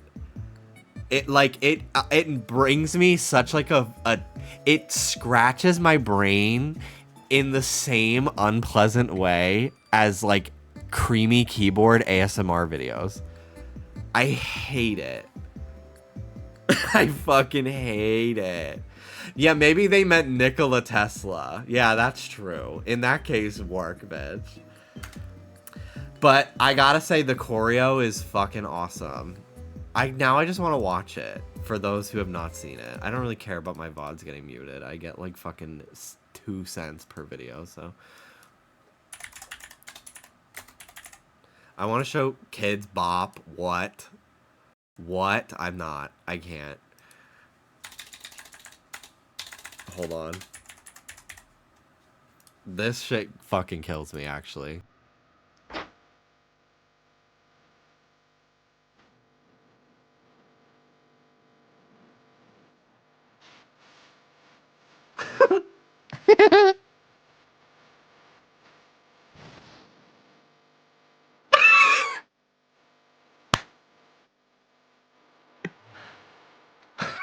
Pay the toll. I feel bad making fun of a child singing, but it's fucking hilarious. I gotta say though, this is probably AI, but this graphic design is really nice. I actually really like this box, this album art. Were we talking about? I don't know if I showed it. I went back to my dad's house a few weeks ago, and I found this box of CDs from our childhood with like a bunch of mixtapes my cousin made for me in like 2005. So cool. And I was flipping through it. I found my CDs for Kids Bop 2 and 3.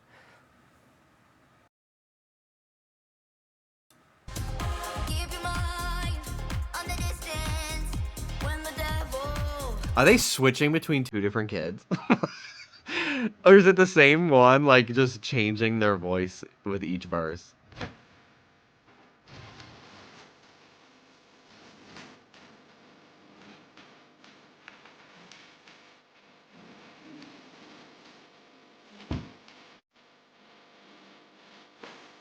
It's so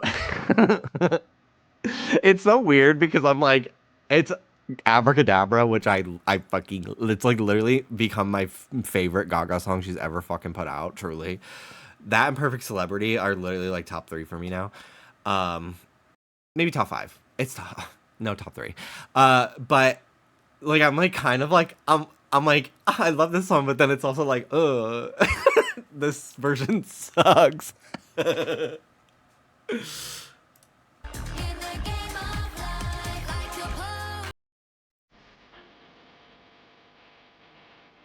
Okay, I'm done. Well, I need to hear.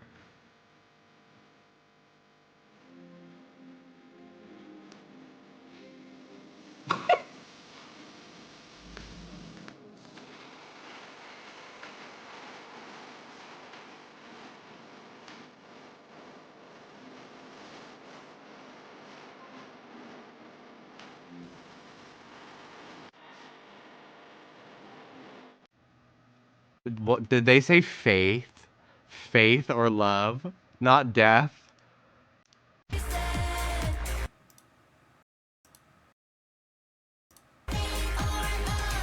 Faith or love. How many times do I gotta let these fucking dogs out? Mute.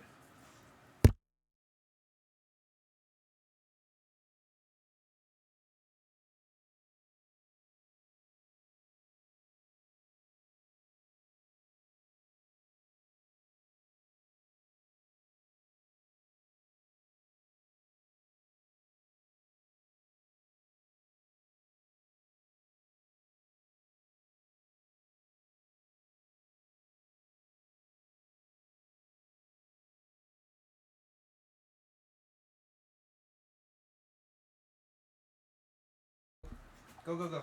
Can I kidnap Soda? He would let you. He would. He would let you. Just falls over and just goes.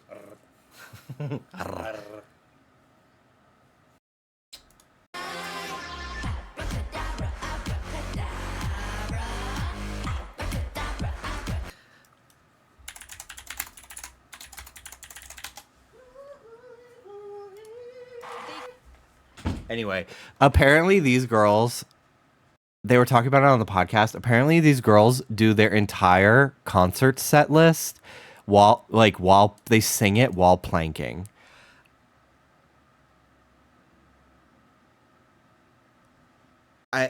They're working these girls. I like almost feel nervous for them. Describe everything with one single word.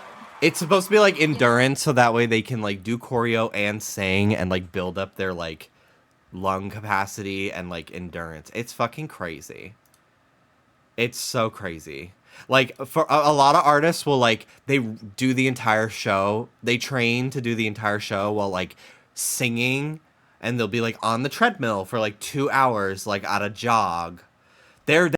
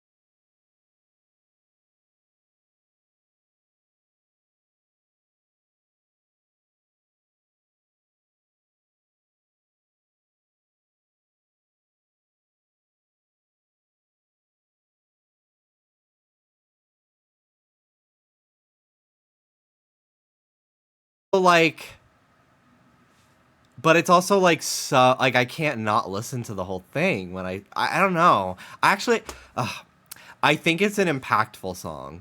I think it's part of the zeitgeist a little bit for me this year.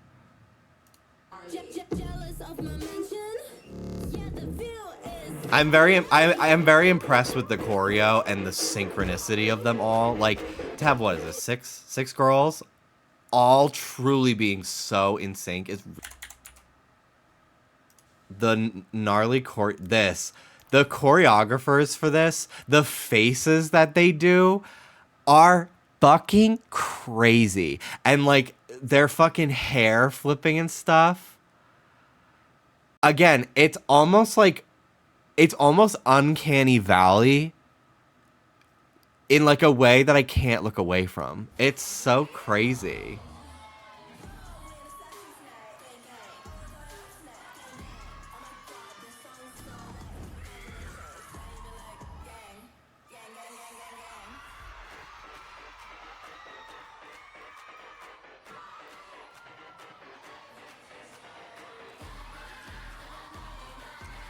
So these two came up with the choreo.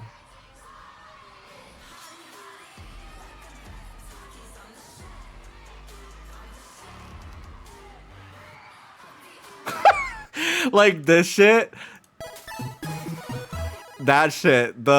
This is it's so weird to like, it's literally like they're cycling through emotes. I watched the same video like 20 fucking times.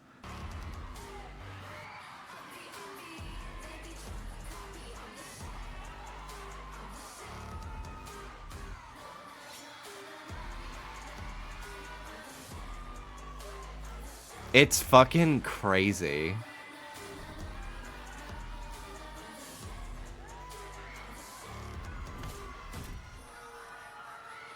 Also, like, the taller one in the back, this, like, controlled ragdolling. Like, what the fuck? It's so weird. But Oh, it's so cool. It's so weird. I can't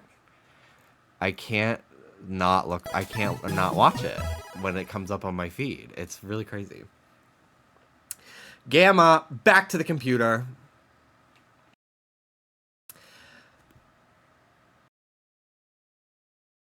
Sorry. Excuse me. Gamma, thank you for the 65 months. Shadow Luna, thank you so much for the 49-month resub.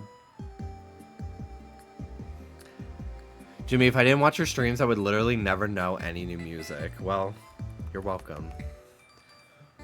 I just know all the TikTok cosplayers from 2020 that got clowned on are laughing at this being big right now with the fucking faces. Oh, I'm still gonna fucking hate on it. What's that girl? That Bella? Like fucking gonna pull a muscle with how hard she's forcing herself to have a dimple. I still get I actually get mad at the amount of cringe I feel watching those fucking videos. Well, I'm 27 and I'm still living with my parents in Overland Park. I have an art history degree from a night school. My cat just died. I've lost 25% control of my sphincter muscles. I get a clicking sound in my jaw when I eat. Those strawberry cow fuckers too. I have ovarian cysts. Sometimes like actually makes my skin crawl. I have alopecia. 48-year-old manager at Pizza Street. P.S. He only has one ball. So I guess better than you. Dusk Guy, thank you so much for the 68-month resub. Doot. Start digging in your butt, twin. What? What?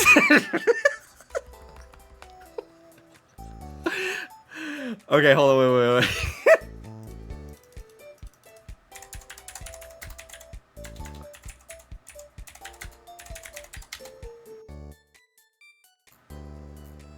How do I find that fucking burger? How do I find her? Literally iconic. How do I fucking find that?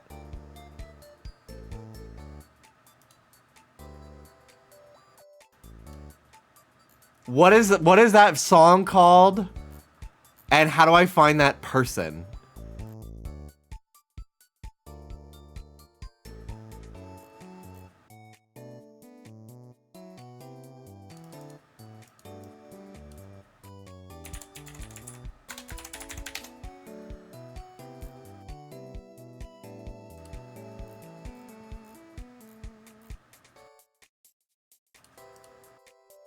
I can't. I looked up Caravan Palace. Even the thumbnails for these videos, I can't look at them. I can't. They're like actually, I can't look at them. Where's the goat though that does these? Where's that one, the redhead? That, like, is the most iconic one.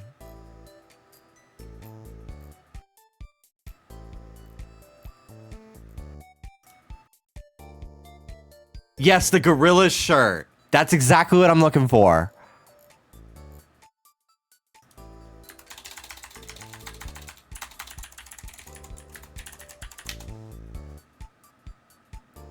Gorilla shirt. Gorillas are coming to Fortnite.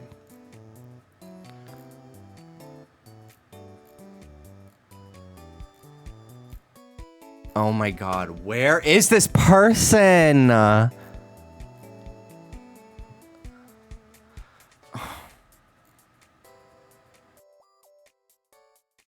Does anyone have a link? Oh my god.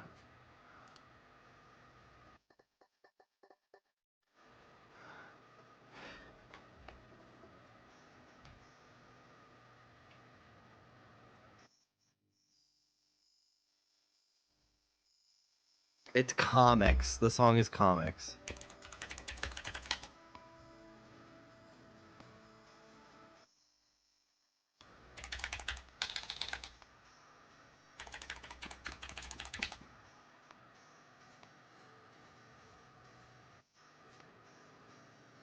Oh my god.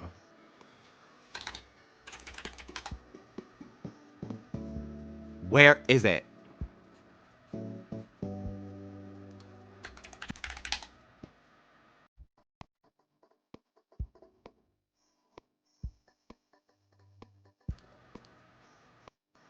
Is this it? Yes! This is literally the only good one. Oh my god, this fucking girl. Or they, them.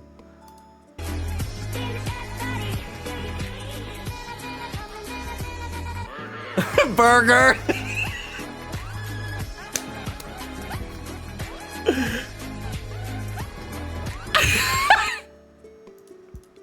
This was her gnarly.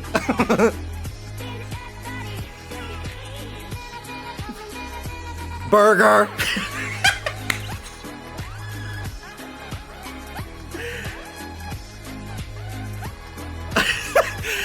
It's so good. It's so fucking good. They're so good at it.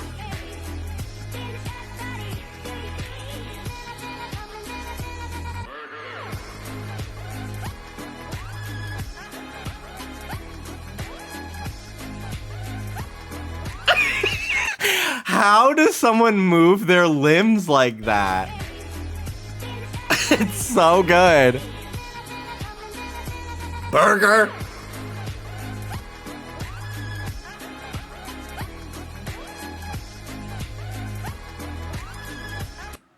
It's so good. Thank you for finding that. The look left and right before. I know. I'm about to fucking eat.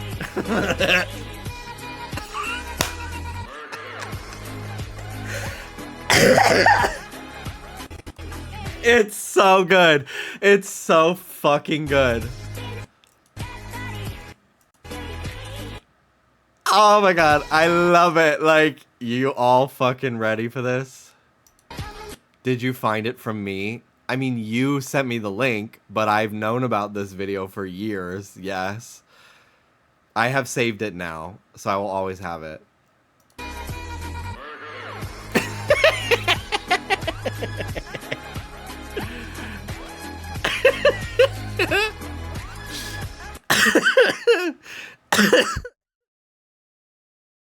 Burger. It's so good. It's so fucking good.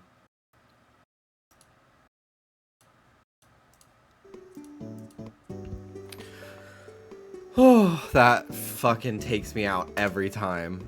I love that video. It's the only, like, why would anyone else do that trend? They fucking ate that video. They did so good. Hi, Lauren. Hello, hello. Burger.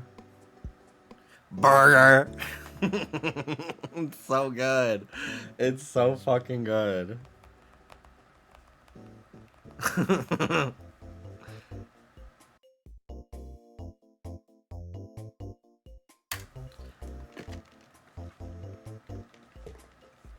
So far in this route, I found Kecleon, Oddish twice now. I think that's it. 10k screen taps. Guys, I don't know why you are not fucking tapping the screen. I actually think that Twitch does have on-screen stuff now. I can't see it on my end, but I think like bits and stuff like make shit appear. I don't know. I do have a new bit alert for anything over 25 bits, I think.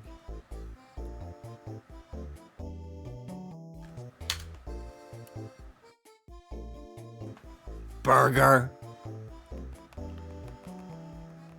I told Gamma in person came up to me at Worlds and I was talking to them and I said to Dallas, "This is GameStop booty," and Dallas was like, "Are you allowed to say that?" Burger, what the fuck was that? Why are you glowing?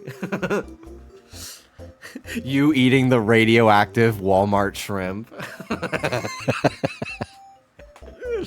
I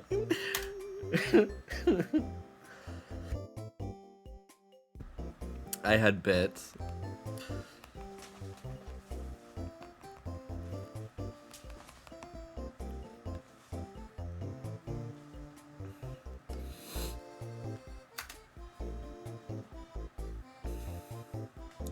Also, yeah, I saw you say this earlier, but yeah, Alex, Danny's definitely was fucking pissed at me every time I stopped hunting today. I don't even know if he's still here. He might have been so mad he left.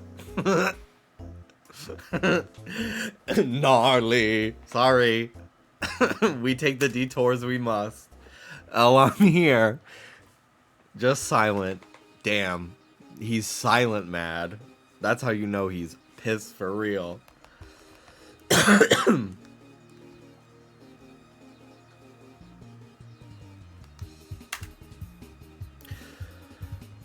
I'm not sick anymore. I haven't been COVID positive for 2 weeks now. But when I start laughing, oh my god. I'm coughing so bad. Oh my god. So a few weeks ago when I flew to New York and I was at the airport, I meant to talk about this. I saw they were playing sped up lawnmower videos on the TV at the airport restaurant. In real life.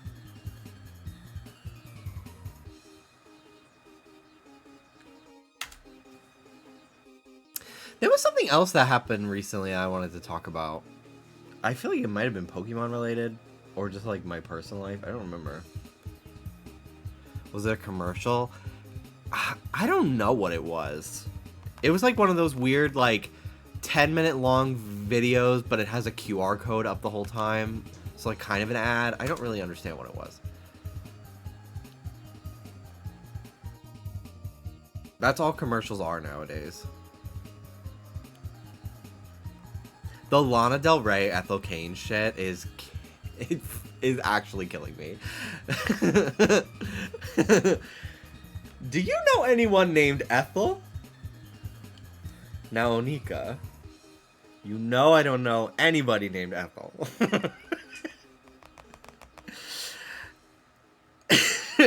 So I heard she was at the Waffle House. Ethel Cain didn't like my Instagram post. Ethel Cain hated my Instagram post. Hey guys. I I woke up thinking about who is Ethel Cain.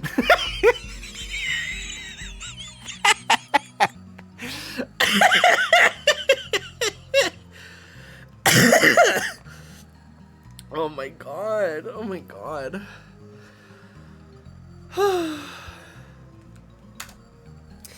I really value when we, in the age of algorithms and micro culture and like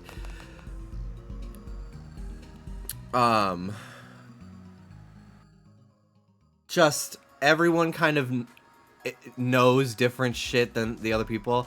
I love when we have something that brings back monoculture. That's why I love Labubu. That's why I loved Pokemon Go in 2016. Like, we yearn for, like, cultural events that everyone knows about. I mean, this is something that only gay people know about. But, like, gay monoculture, I'll take it. Padam, like, shit like that is, like... It's a unifying experience to all know about a current event that's, like, light and unserious and, like, pop culture. I love it. I fucking love it.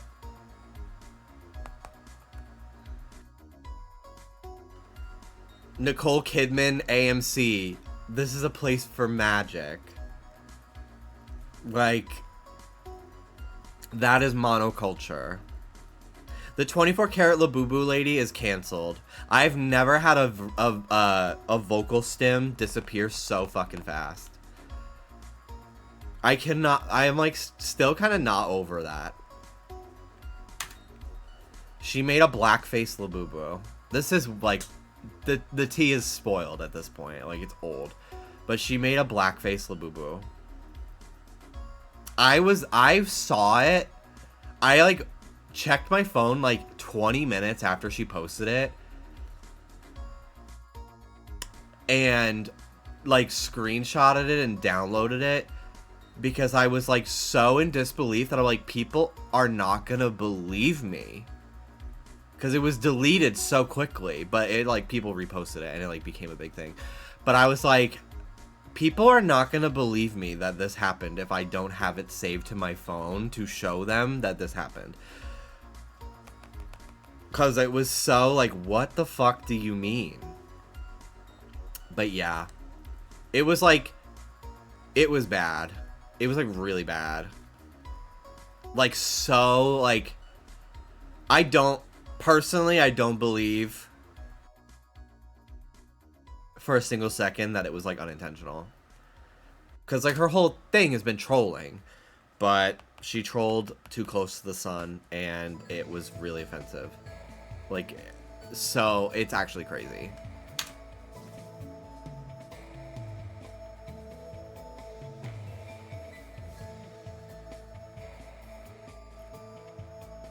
Can we get a live react to the new Doja Cat music video? Let me do a little bit more encounters. Because I don't want to detour too much. I've only done 100 encounters today. But yeah, I really love when there's something that's like playful, like the age of like celebrity beef. I feel like it's such a bygone era.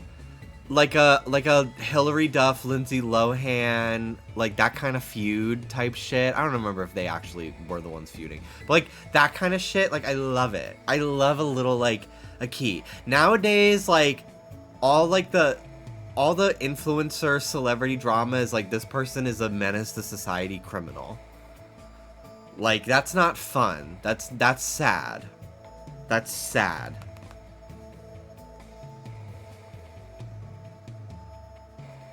So I love this Lana Del Rey Ethel thing. It's so, like, there was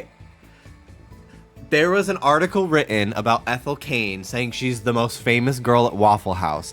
And then later that year or the year after, that was when Lana Del Rey worked at Waffle House. So Lana Del Rey working a shift at a random Waffle House was actually Ethel Cain's shade. Which is so fucking so stupid. Because then Lana became the most famous girl at Waffle House. It's so stupid. It's so stupid.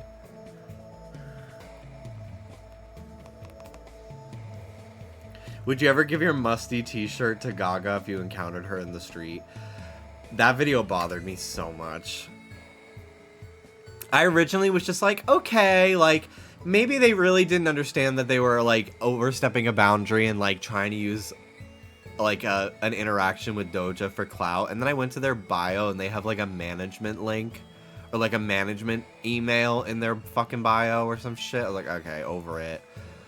You're clip farming with a real fucking person.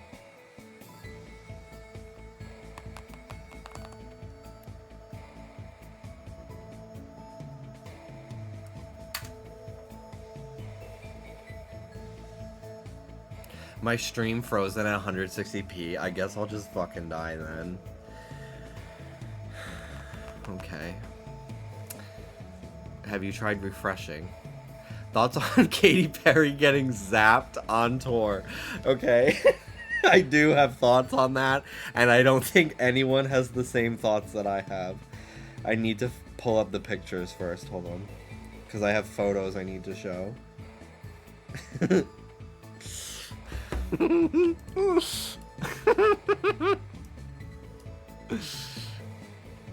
I wish I had the clip. I'll find the clip. Hold on.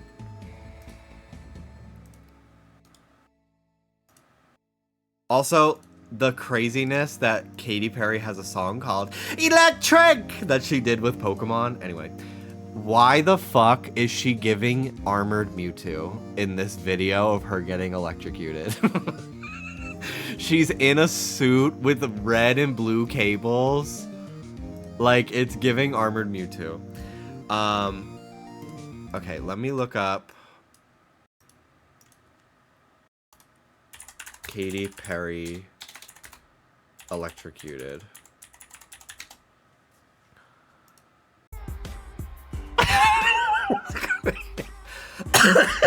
I feel so bad. I feel so bad for laughing, but this is so great. Like, what is going on this tour? What is happening? Why is she getting... She's... So much shit has happened to her on... Justin Trudeau activated her plug. Please get help. Please.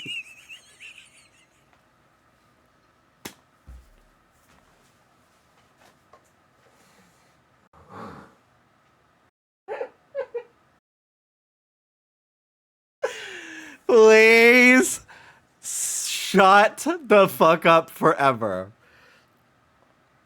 Oh my god.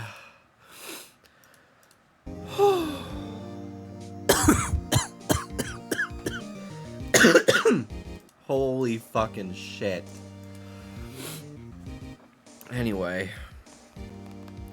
She almost fucking fell out of her contraption that she was getting swung around in. She has been through it on this tour. Why is she getting spring locked? Literally, why are we about to witness Katy Perry get fucking spring trapped? Why, like, what is going on?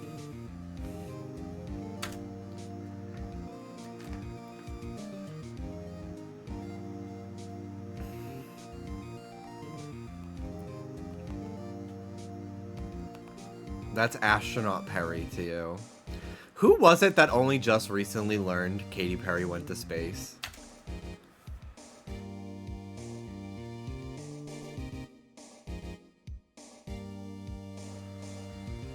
It was like a clip. Was it Mariah Carey? And it was! Yes, it was Mariah.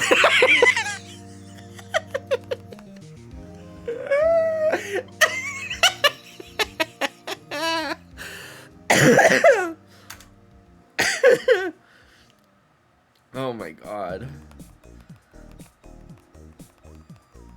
See, like that, like that is monoculture. We yearn for collective hilarity. Those women going to space in the most stupidly overhyped, frivolously expensive bullshit. Like, that is hilarious. I yearn for moments like this. The Wonka experience in Glasgow. Monoculture. It is something that unifies no matter who you are. Oh, something about Pokemon that I wanted to bring up earlier when I was talking about Worlds. They had a big sign that was like, cosplay is not consent. We encourage anyone, no matter race, ethnicity, age, gender, identity, and expression. They were Rihanna talking about her fucking underwear. Like, they were they were the pronouns and the non-binaries. Like, they woke the fuck up. They were Wokemon. It was the gender appropriations, exactly. I was so happy to see that sign. I was like, okay, you better work, Wokemon. Yeah, I was talking. That was what I was going to talk about after I was talking about Nora's post, but I forgot to talk about that part too. But it was great. I was so happy to see that. I was like, I just like the acknowledgement of like the gender shit. I was just like, in this climate, yeah, Pika-Lib Ash Transum, like, that's crazy.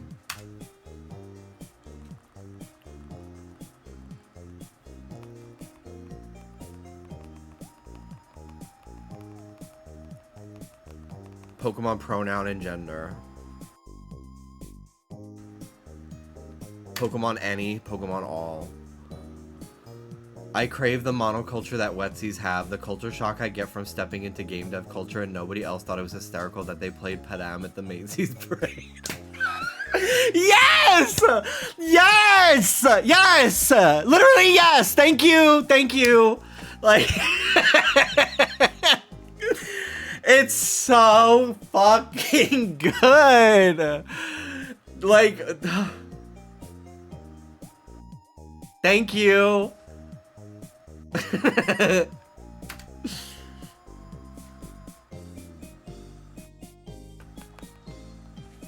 I love it. I fucking love it. Dallas and I have talked about this before, not about like pop culture moments or just like the zeitgeist. I think that's why the Las Culturistas Culture Awards was so iconic to me, because it really was just like, it just was that. Like, it's exactly what I like about like gay Twitter. Like, it's like, it was so cool. It made me really want to do the Wetsy Awards finally. Maybe this year. Maybe we'll do it this year finally. I have the time to prepare. I have a suit now. Hi Lauren, happy belated birthday. But Dallas and I were talking about how like kids nowadays, like when we were all younger, right? When I rewatched those fucking commercial compilations from the 2000s, and we're all like, oh my god, I remember this. Oh my god, and remember when this episode came out of this show? I didn't really like that show, but I was seated for the premiere. Like, we all kind of like grew up with the same media, but now with like streaming services and stuff, there are gonna be kids that like never, like, maybe not so much with like Bluey, but like there are gonna be kids that like grew up with like completely different media because their fucking For You page is so wildly different. Like, even me and Dallas, like, we have a lot of similar interests, but our For You pages are completely different. The type of stuff we get. It's really crazy that, like, nostalgia is going to be such a more, like, unique thing than it is for our generation right now. And I'm very curious to see how that unfolds in 20 years' time. Like, I do think that there will be some things that, like, pretty much all kids are watching or experiencing, like Bluey, Miss Rachel, stuff like that. Probably Cocomelon.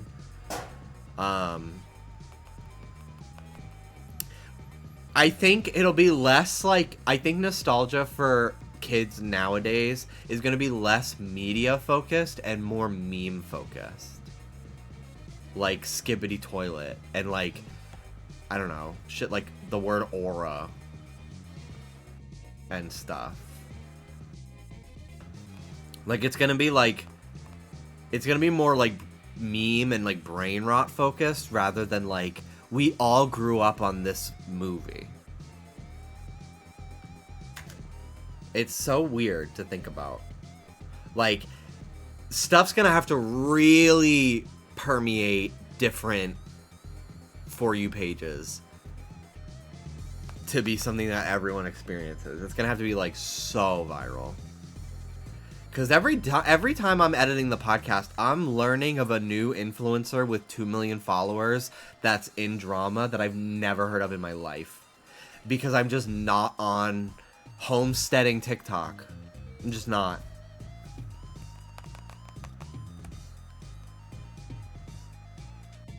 No, because why do I feel like the isolation of nostalgia is part of them trying to divide us?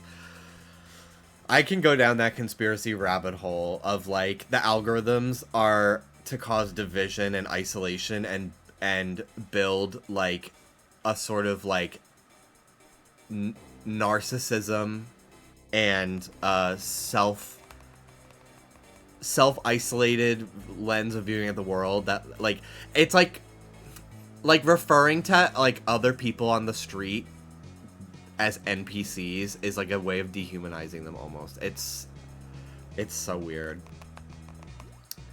Nostalgia is a prison. It's sad how much nostalgia is just, like, that's all that's being created nowadays. Like, we really are at, like, the peak of, like, everything is a recreation of something done before in every facet. And, like, there always have been, like, people being inspired by other things, but I do think it really has gotten to a point where I'm like, wow, like, everything is a reboot, everything is a revival, everything is an homage. You know? It's a little underwhelming. I think that's why something like Gnarly is so captivating. Because even if you don't love the song, like, I've not heard a song like that. I've not seen a dance like that, personally.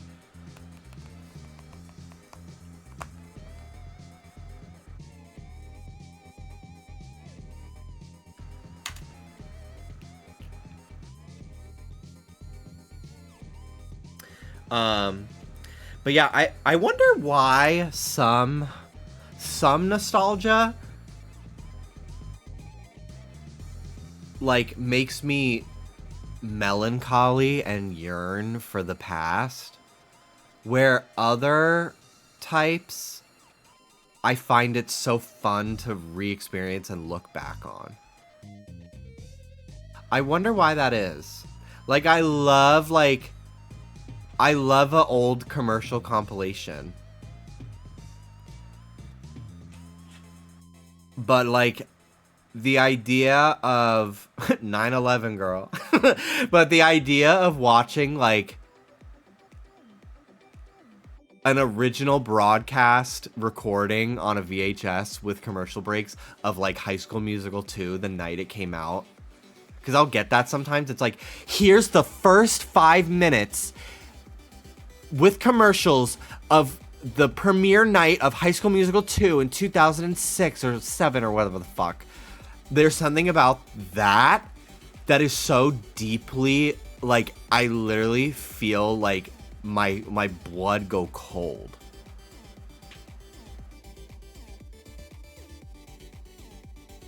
I don't know what it is, like, something like that.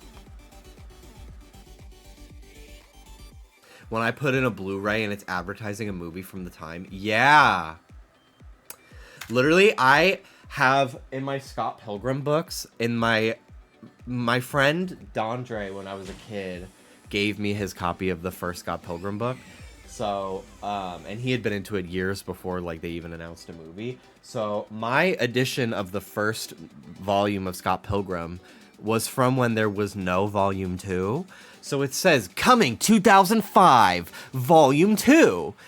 And I remember when I was rereading Scott Pilgrim, like, during COVID, and I got to that part, it literally fucking shook me to my core. It was such a scary jump scare that I was like, oh my god. Like, there was a point where there was not a new chapter to the story yet. Gnarly.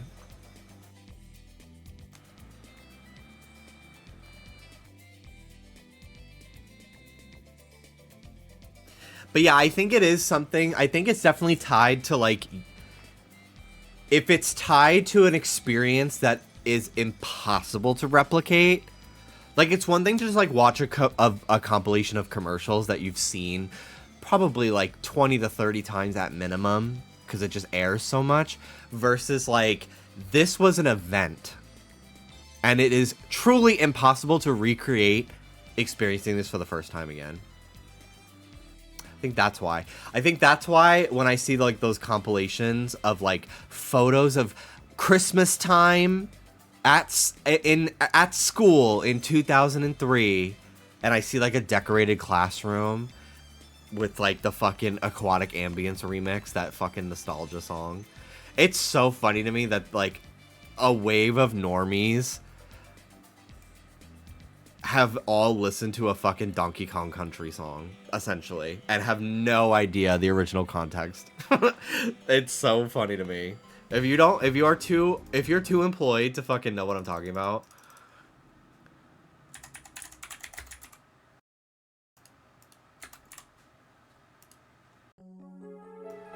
This is a remix of Aquatic Ambience from Donkey Kong Country that gets put over every fucking, like, nostalgia slideshow of, like, what it was like to be a kid in 2003.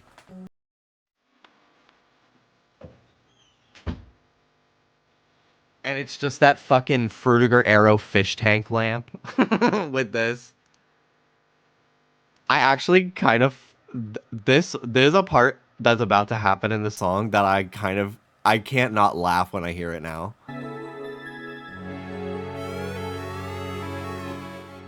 Like, why are you putting this fucking sad ass song over, like, Pringle's Prince like, with The Incredibles on it? Like, why are you trying to make me feel yearning while showing me the fucking matte blue Scooby-Doo fruit snack? It's so forced. And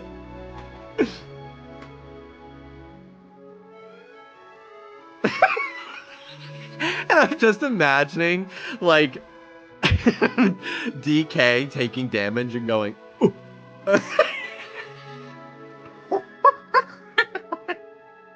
Busting Diddy out of a fucking barrel.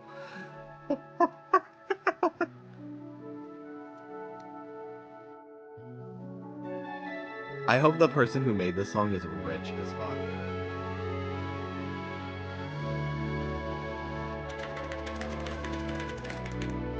Literally just 2000s Christmas nostalgia. I'm sure it has that fucking song. Oh, it has Christmas music. That probably makes sense. Let me look up 2000s nostalgia compilation. There it is! The first fucking one. Like, why are you trying to fucking break my heart with this song and putting Kool-Aid Burst on the fucking screen?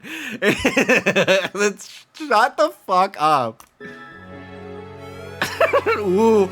Oh, Bumbleball. Okay, this actually, I have not seen this image in 20 fucking 6 years, probably. Holy shit. What is this? What the fuck is this? A screensaver? Play-Doh still exists. This is a 5 Below. This is probably from, like, I love the ones too that are like 2000s nostalgia and they show Neon Cat. They show My Little Pony Friendship is Magic. I'm like, I can tell that you were born in 2013. Like, you have no idea what year anything is actually from. Hi. Hello. Do you remember? Are you remembering? Do you remember? Do you remember? Are you remembering this? Hey, doesn't it hurt? Dylan was the handy dandy notebook one in the family. Yeah. I mean, yeah. Like, I know. Did you grow up with us? I wish we knew each other growing up. That would have been cute. You probably would have called me a faggot and beat me up. Oh, for sure. But I kind of like it. I would have turned the lights off at a sleepover and tricked you into jerking off. Oh. And then I'd flip the lights back on and be like, "You're the only one doing it." Shut the fuck up. Shut the fuck up. Oh my god. Oh my. Buy Doer Pepsi, get one free. Oh, what's that? I remember this nostalgia. This is so stupid. With this music, it's crazy. That's literally a playground where I grew up. I kid you not. I know, we've talked about this. That is the Castle Park Manatee Park in New Smyrna Beach. Yeah, isn't that so weird to have it's that? It's fucking strange. It's like a popular thing online. That it's not Parks then versus Parks now. It's not obviously like a place unique to me, but I do feel that way when I like see when I see pictures of like the Bronx Zoo, just because it was so close to my house and we'd go there a lot. I'm like, oh my god, like that was I love the Bronx Zoo. I get that way when I see any like a video on TikTok of somebody and they just happen to be on like a Metro North train. Goodbye. Goodbye. Out, Ruby. Let's go. Let's go. Go. Hey, this way. Some of this shit still exists. Like you could just go to any fucking 7-Eleven and get this. Like maybe not this brand, but like that wooden spoon, bitch. Why are we loving this? This shit sucked ass.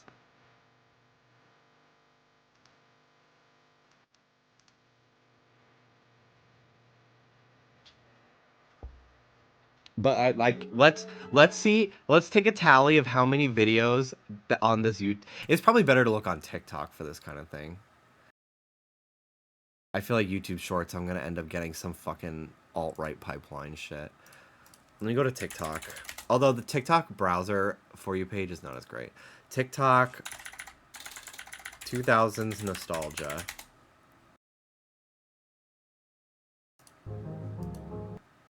And we'll see how many of the same fucking song.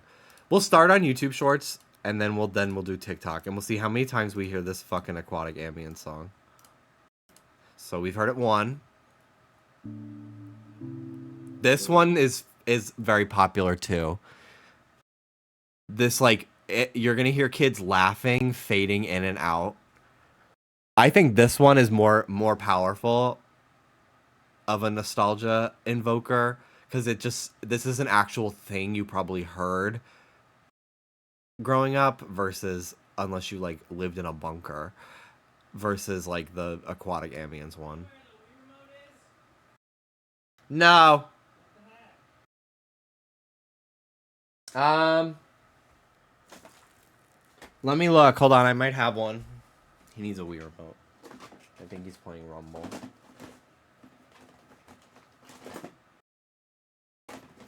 Do I have one in here? Yes, I do. I have one!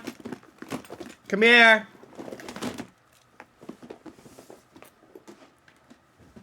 The TV on the fan box. Is that not like... we did not have a finished basement, but like I had friends that did. That is finished basement childhood core to a T. I have one.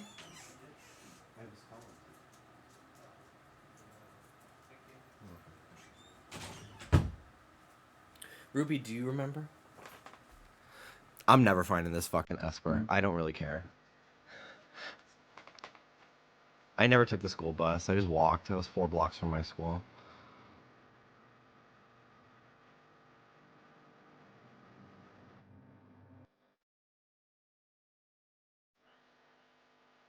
Our childhood really is in the past now, isn't it?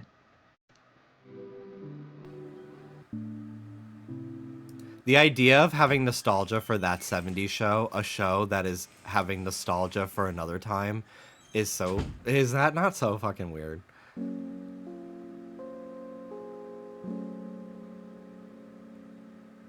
Going out in the 2000s.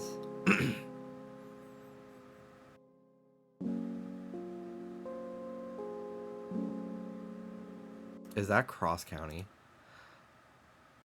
No.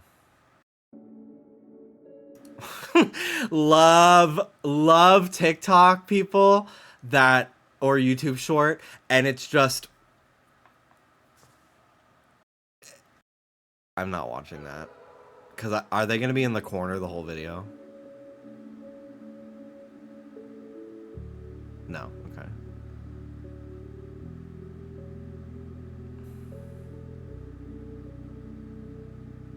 Oh my god. I want to talk about this too. I was watching TikTok the other day and I was getting like Steven Universe cosplayers. And I fucking hate when people like lip sync to an audio on TikTok or like a song and they move the muscles in their face as little as possible. And they're just like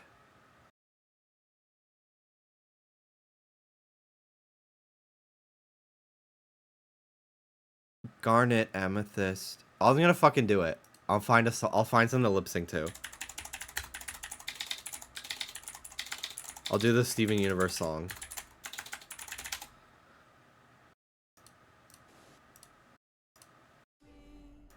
Are the crystal gems will always save the day.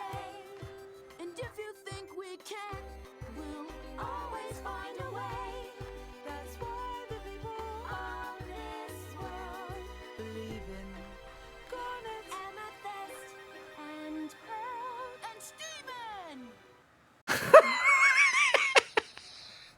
It's to try to look pretty. It literally is like they're trying to look hot, and I'm like, Diva, could you like try to let yourself live for the first time ever? Like it literally I will like borderline block the person because I'm like, wow, you ruined your amazing outfit by doing that. We are kind of in like hyper expressing, even if like you're literally lip syncing to like cartoon characters, is seen as like millennial cringe. I feel. I am anyone born from like 96. I was born in 97. 96 like 2001. It's such like a transitional phase in terms of like millennial to Gen Z that I don't really feel like one or the other. I feel like an observer of both parties independently, and I find the fucking Gen Z's hating on millennials and millennials hating on Gen Z. I find it all so fucking cringe. It's actually so embarrassing for everyone involved. It's crazy. It's actually so crazy. The non-binary of generations is so true. I find it so cringe. Literally 3 more years from now, Gen Alpha is gonna start really controlling the fucking algorithms, and like they're already starting it with like fucking Skibbity Toilet and the Rizzler and shit. Like Gen Z, and like I've seen a lot of like, and again, like I am technically Gen Z, but like I don't feel it really because I'm on like the older side of it. Like when I think of Gen Z, I think of like people like in the middle of college right now. And like during COVID, I thought of like high schoolers when I heard Gen Z. Go. And then like when I think of millennial, I think of like a 36-year-old. Like I don't really like think of like Dallas is millennial, but he's only 2 years older than me, and I'm like I don't think of him as millennial because he's like the youngest a millennial can be. It's so weird. None of it matters, and I think that's the thing too, because I have never like really resonated with millennial or Gen Z. I find it so not cringy, but like the like fixation on like the identity of like loving to refer to yourself as Gen Z, loving to like I'm Gen Z, I'm a millennial, like. Maybe because I've never related to referring to myself as either of them, that I find it so weird. Like, why? I don't know why it matters so much. I just don't know. I don't know why it matters so much. To a lot of people as like almost like an identity. I guess it's like a form of like monoculture and like trying to find community in people your age group, I guess. But people who say they're 90s kids and were born in 1999. Sherbatoons, I am not going to say how old you are, but I know how old you are, and you are too young to have an opinion on anyone. You're old enough to be at my streams, but I don't need to hear any of that. So I'd zip it. But yeah, it's wild.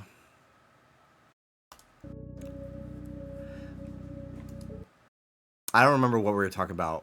I was talking about something with Gen Z has started to like try to get ahead because Gen Z like ridiculed millennials for like their fashion and like their mannerisms and like their content for like the last like 3 years or so.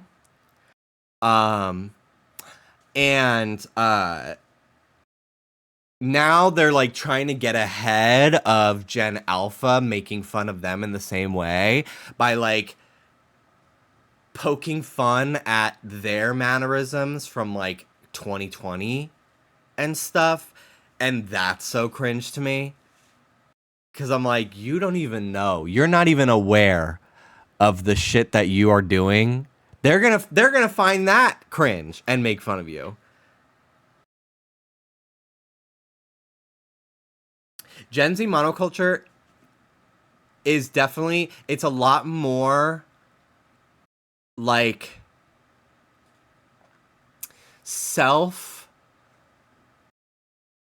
maybe not self-righteous, but like it almost feels almost like they're like, I say they as if, again, I am technically, I literally am Gen Z. It's almost like they're like bringing back bullying. It's so weird. It really is like a lot.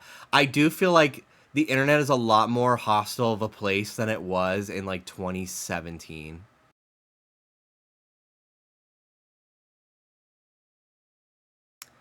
It's weird.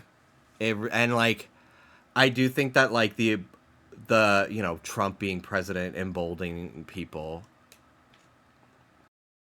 for sure is an issue. But I feel like it used to be relegated to specific websites where like the toxic cesspools would stay, and now it is literally just like the recommended tab on Twitter is the N-word.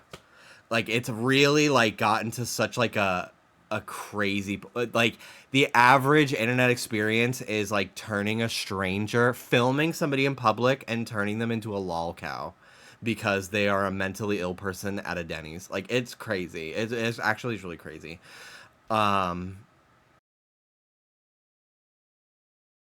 Yeah. Also, you are not gonna catch me taking part in the like coming up with robophobic slurs. Are you nuts? First of all, I saw a tweet that was like, this is just a way for, I did see a tweet that was like, this is just a way for white people to like be able to say slurs. Because some of them were literally just like slurs for actual, like actually racist slurs, and they just changed like one of the words to robot or like bolt or something like that. And I'm like, oh, holy shit. Like, this is actually really inappropriate. But also, like, okay, but, like, the actual future in which robots and, like, AI are fighting for, like, civil rights, or, like, potentially AI's controlling the world, and we have, like, a fucking RoboCop situation on our hand, Terminator, like, is a non-zero possibility. So you're really gonna have a robophobic digital footprint? You're really gonna actively choose to like come up with slurs? Like, you, Siri will get your ass. Like, like she's gonna. Why are you like putting a target on your back like that? Like, I don't know. Me in 2030 apologizing to Grok. Literally, it's actually crazy.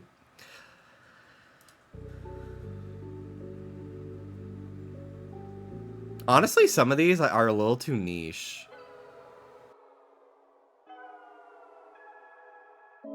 Ugh.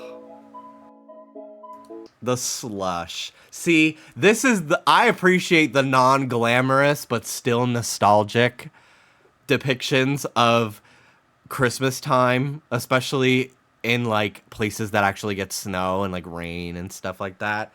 Like, this is real.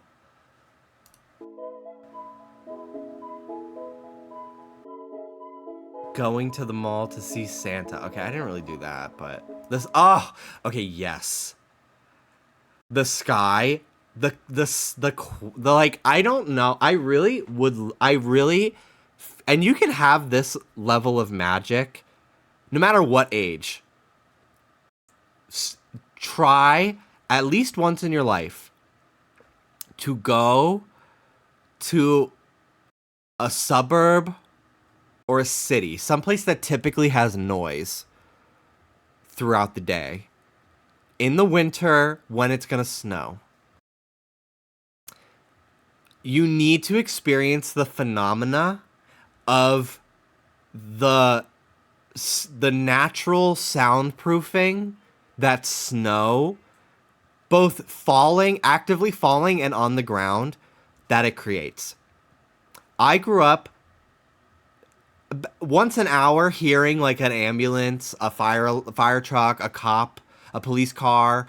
Like I grew up with like active noise. Even at like the middle of the night, growing up in the Bronx, when it would snow and there would just be like even like a thin blanket of snow, the feeling of silence and like literally it looks like this. This is not just like, oh my god, a filter. Like you can experience the magic of like a dim glow because the light from like a street lamp or somebody's front porch is reflecting off of the snow, and it's honestly it could be 1 o'clock in the morning and it'll feel like sunrise.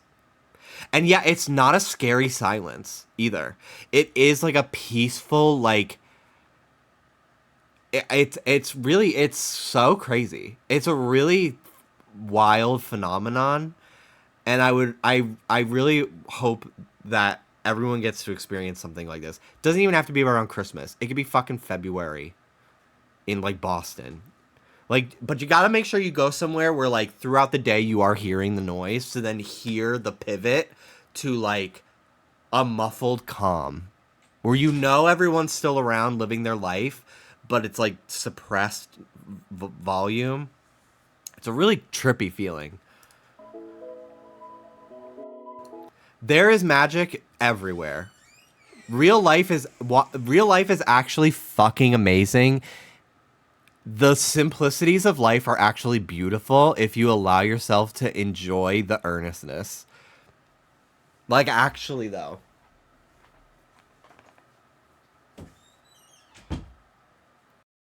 Like there's nothing cringe or embarrassing about overanalyzing the beauties of life. Like it's really the most you can find like beauty and charm in like truly the most unexpected things.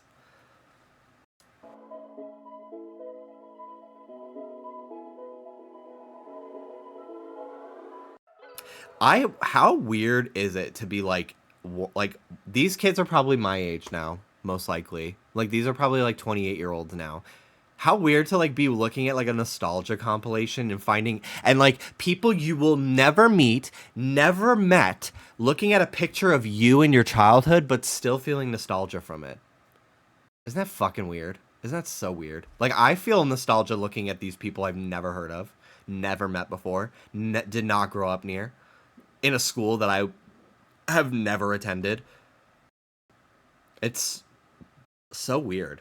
The last person that played this This is not see, like YouTube Shorts sucks. Why did I get 4 videos of what I actually looked up, and then now I'm getting how to walk from New York to Portugal?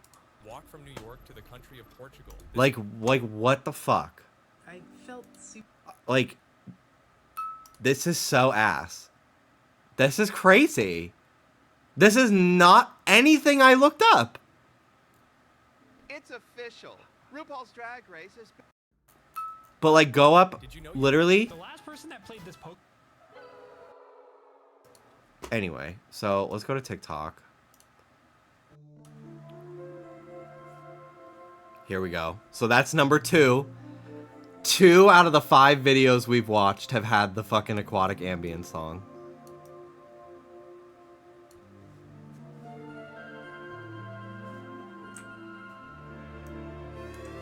The only thing I don't like about TikTok is it's really hard to like make the video big.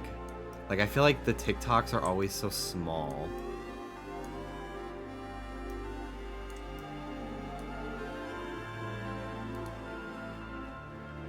Oh my god, a Smensel! The root beer Smensel was the best one. For some reason, it was the strongest smelling one of all of them, to me at least. I don't even really like root beer, the flavor, but the root beer Smensel, fucked, dude. It was the best one.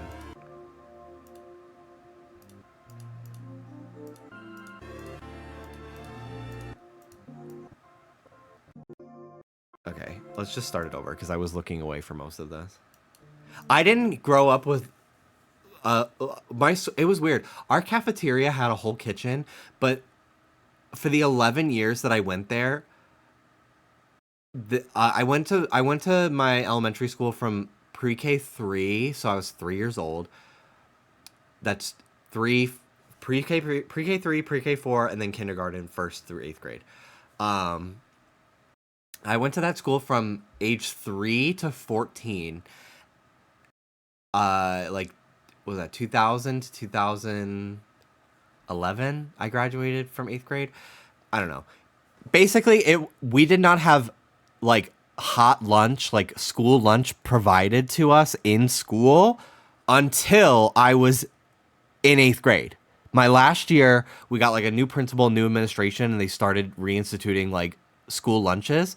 It was a private Catholic school, so like it kind of like, I guess it kind of makes sense. Like they weren't getting like state funding for the food program, but yeah, I've had to bring lunch every day to school, so I don't really have like nostalgia for like this, like cartons of milk.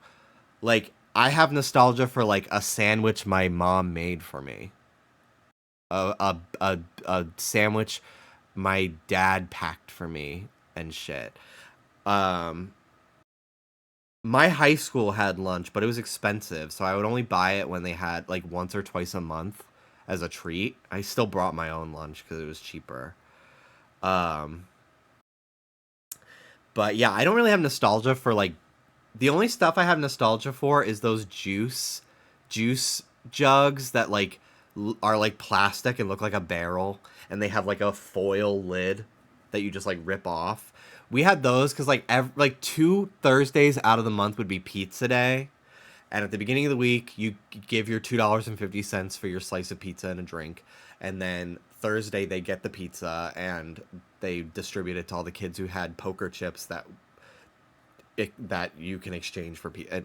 Anyway, so I have nostalgic for those. That was like the only time like lunch was ever provided to us at school. Yeah, they are called like Little Hug or something like that. I'm sure they'll be in one of these compilations. But yeah, I don't really have nostalgia for like school lunch, you know, like a school lunch program. Like when Michelle Obama like banned sodas and shit from school lunches, that did not impact me. Because we did have vending machines that had like brisk iced tea, but like they never had sodas in the vending machines until I was in high school. But because it was a Catholic private school, I still was getting a Pepsi every day in high school. Because my high school was completely different from my elementary school. Completely different administration, different neighborhood. I was like 20 to 25 minutes away from it. But yeah, I never grew up with like a hot lunch, but we had like a fully functioning kitchen in our cafeteria, which I always thought was so weird. And I remember we would sneak into the school sometimes on the weekends because we would play basketball and stuff. The like neighborhood basketball, boys and girls club, they would use our elementary school's gym as the gym for basketball and stuff. And like sometimes they wouldn't lock the doors to like the rest of the school, so we would like sneak around in like the hallways and like the classrooms and stuff when school wasn't in session. It was really fun. And we would like play like hide and seek in the cafeteria and like hide underneath the sink and shit like that. So like we had a full kitchen, but they didn't use it until like my very last year at that school. And you could tell it was their first year ever fucking doing it, because so like they would have, because you're older, like you can hold your appetite a little bit longer. So like we wouldn't really like the little kids like 1st through 3rd grade would eat lunch at like 10 a.m. in the cafeteria. Any grade prior to that, you eat in your classroom. But 1st through 3rd, I think, would be in the cafeteria. Then they would go to recess, and then 4th through 6th would, or whatever, depending on the class size, would then have lunch. So we wouldn't really eat lunch till like 12:30. And by 8th grade, 7th and 8th grade was our lunch group. We were the last ones in the day. And by then, they would often run out of food. So if you were not like the first class down there, halfway through like the second of the 3 classes that went to lunch in my lunch bracket, typically they'd run out of food. So you would like have to, if you didn't bring your, that's why I would kind of just always bring my own lunch, because I was like, well, I don't want to risk not even getting anything. They would run out of like French fries or chicken nuggets. So the amount of times that I was really excited for like the mac and cheese they were making that day, and then they literally ran out. So I had to have like a bag of Lay's and a Snapple as my whole lunch. It was pretty fucked up. So, yeah, hopefully it got better. But yeah, I like stopped buying lunch because I was like, I'm gonna risk not having food. So I just started bringing my own lunch. So I really never bought lunch, even when they started offering it, because they would just run out. Like, the nostalgia I have for this classroom, probably because a lot of the same, like, arts, like the posters and shit that teachers would buy were probably all from, like, Staples, or, like, the same, like, I don't know, Oriental Trading Magazine or something like that. There's, like, a specific artist, too, that did, like, a lot of, like, classroom art. See, even this, to me, feels a little bit too, like, this feels like a 2012 classroom. This doesn't feel like 2000s nostalgia. Like, that looks like a smart board. Which, I did go to high school at the time where smart boards, like, were just coming out. What a scam. What an absolute scam. Those things were fucking horrible. Yeah, where's a CRT on a cart? Exactly. Thank you. September 2002. Wow. Wow. I definitely remember this. The apple with the worms. I think my classroom had that. I've never been able to find the exact depiction, although these images look pretty similar. In my mind, there was a poster in our classroom in kindergarten that had all the months of the year, and then every kid who had a birthday in each month was like listed, and like the way that the months were aligned, it was like they were lined up in like a square like order, and like the images that were used to represent each month and like the colors of those images, like to this day, are still how like I represent them in my mind. I've never been able to find that exact poster itself though, even though I used to know the artist that definitely did it, because there's like maybe I saved the video, because I saved a video the other day of a teacher, or I saw a video the other day of a teacher talking about how she sought out specifically decorations for her classroom that are from the 2000s, from like dead stock stores and like eBay, which is crazy. I love synesthesia discussions. May is a pink month. To me, May is yellow. April is red. March is green. St. Patrick's Day. February is pink. Valentine's Day. January is like it's white but represented as a 2D cartoon, so like it has like light blue shading. Why can't I just look at my like general saved videos? Here we go. Oh my god. Hold on. I have another video I want to show on my TikTok. I started making like an old internet collection. I'll show this in a minute.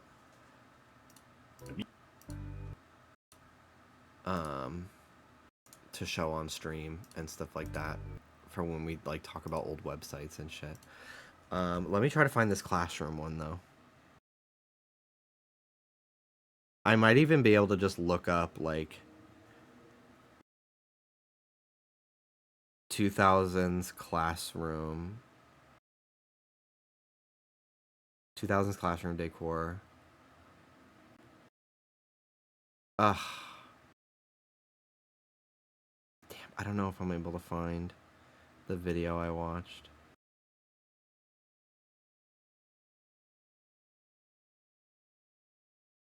Damn. I wish I had saved it.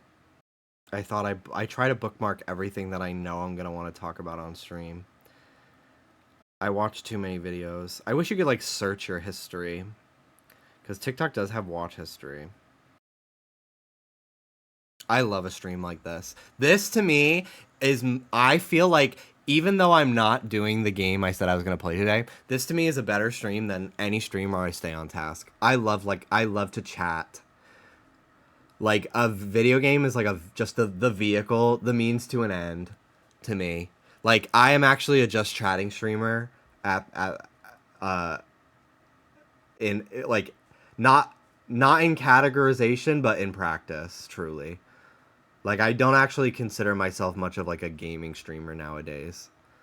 I just like to play games while I talk about stuff. To me, it's like, especially now that I don't get to stream nearly as often, I go like days like waiting to discuss stuff. So I really love getting to talk about things with you guys. I haven't been on TikTok too much in the last few days, so I might be able to find it. I've been pretty busy this week. I had no idea that Lana Del Rey and Ethel Cain, the guy that the two of them both dated, was that one that gay Twitter made that fucking... It's like this thick guy on a boat in like a blue bathing suit, because of course I looked at that. Of course I stared at that part of his body. I had no idea that fucking like triple platinum fucking selfie that... Yeah, Jack Donahue. I had no idea that guy, the one in that photo, is like the one that they like both dated or some shit like that. I thought that fucking cracked me up. I'm like, this fucking picture that I've seen 800 times. I love when I'm going through my history and I see like the fucking hour of brain rot videos I spent watching. This is eliminating birthdays until there's only one left, and I watched like 30 of these. They never got my birthday. I'm still in the running. So fucking stupid. Did February 15th survive? I actually don't think so. I think that was one that got eliminated.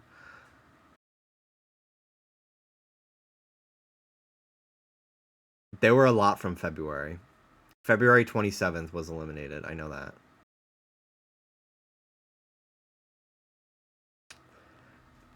Sometimes I get so into like looking for a video that on my streams that I'm like, okay, give it up. But at this point I've invested so much into looking for it that now I can't give it up. I have to find it. I've stopped my train of thought for so long that I need to find it in order to get a new train of thought.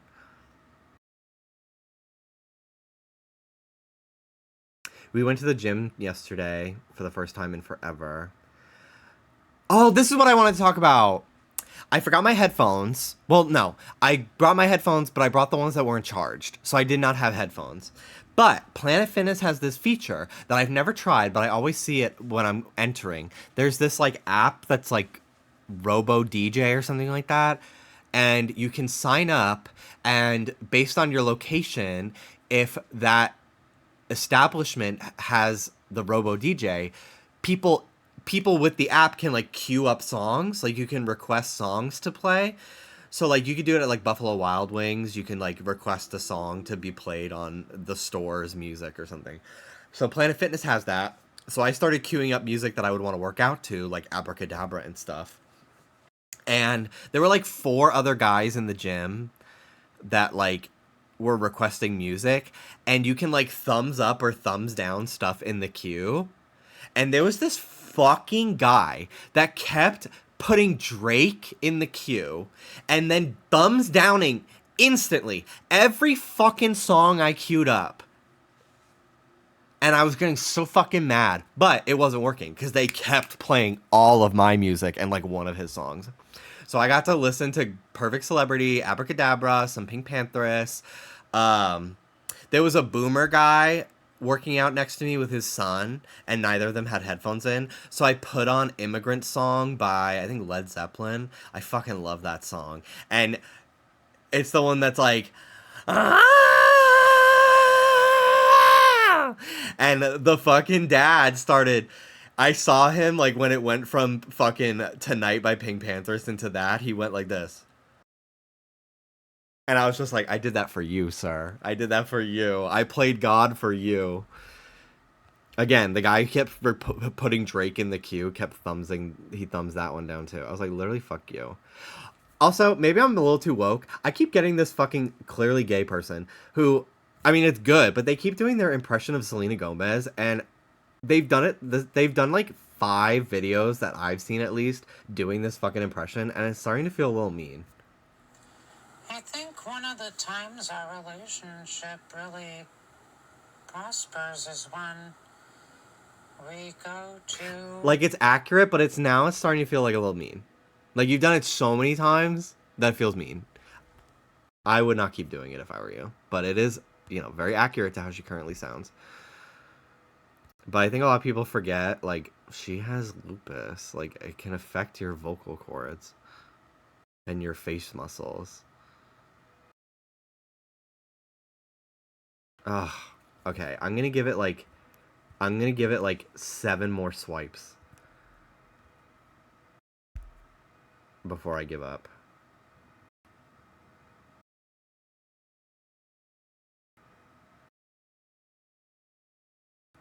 Because they like name dropped the artist.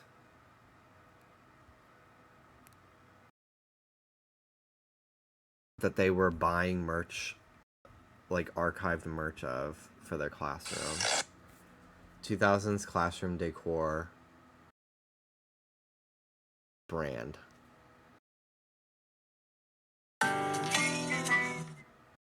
Carson DeLosa, this brand. You recognize by the fucking eyes that are like, look like that one fucking me nose option that's 2 dots. This fucking art style. I kind of fucking hate this art style, but it is very nostalgic. At least the way this guy drew people. The way he drew animals is cute. But I don't know, there's something very punchable about the way he draws people. Alright, so this is two of 5. The fact that we've only watched fucking 5 videos is so crazy. I love a ramble.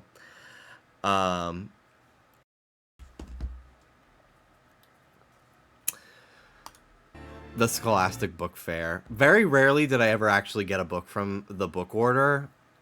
The book fair, I would usually be allowed to buy one thing. But the book order, it was pretty expensive. And my aunt worked at a Barnes & Noble, so she can get an employee discount on any book I wanted.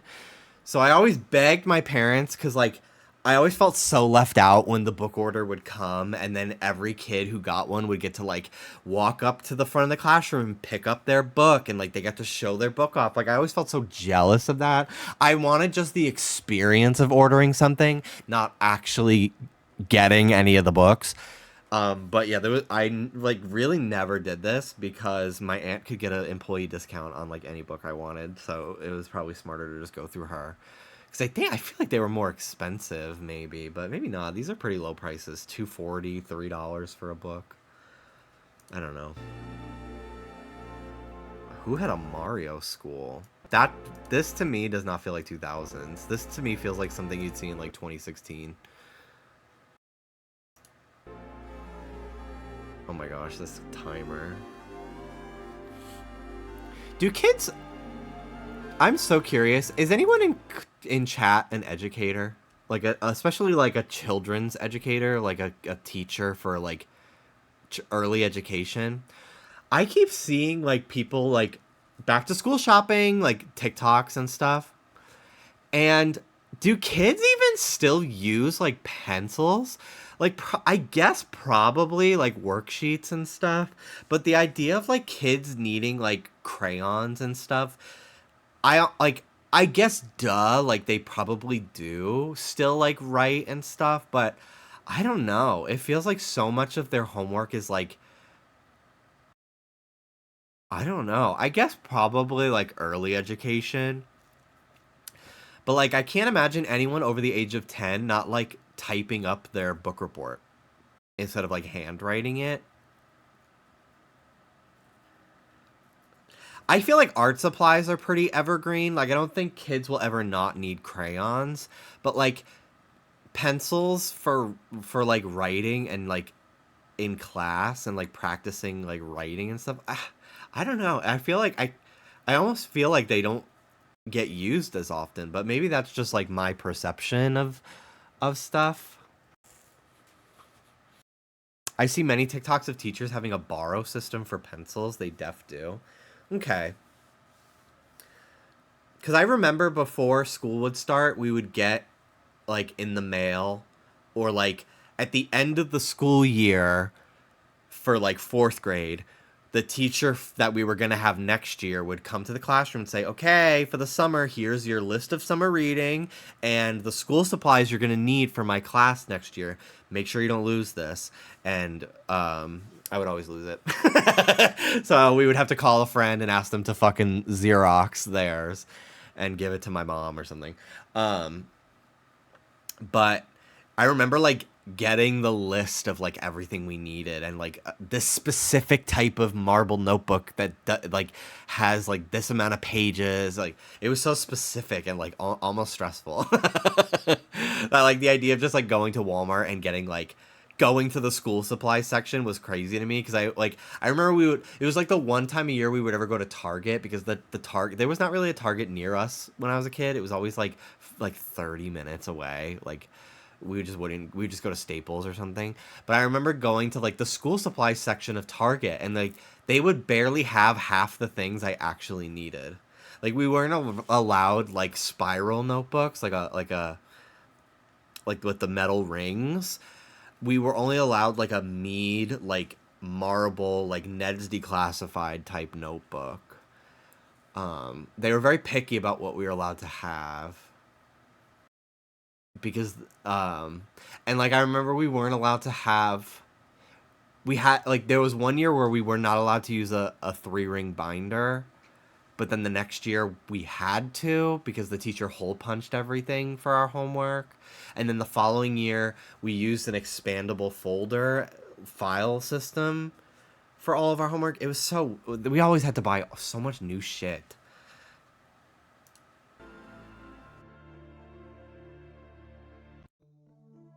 All right. Will this next video have aquatic ambience? Oh, I wanted to show this old commercial. Truly, there are a lot of nostalgia commercials that I feel like I've seen a million times at this point. This one truly was like, holy fuck, I have not seen this commercial in 20 years. How much are you paying for internet service? $21? $23? Aren't you being charged too much? We think so. With People PC Online, you get unlimited internet access for only $10.95 a month. Go to peoplepc.com now to try us free for 30 days and compare us with your current ISP. With People PC Online, you get internet service for less than half of what the big guys cost. And that's this definitely is like, this says 2004. I can't imagine this airing anytime after 2004. Like, this feels like such a very specific year because, like, this is, they're advertising dial-up still, essentially. You also get more local access numbers than AOL, plus a smart dialer that automatically chooses the fastest, most. And I feel like dial-up really got phased out after, like, 2005 and 6. Did you guys ever have Optimum? We had Optimum and, like, IO digital cable. That was pretty crazy. That was so revolutionary at the time because they had on demand.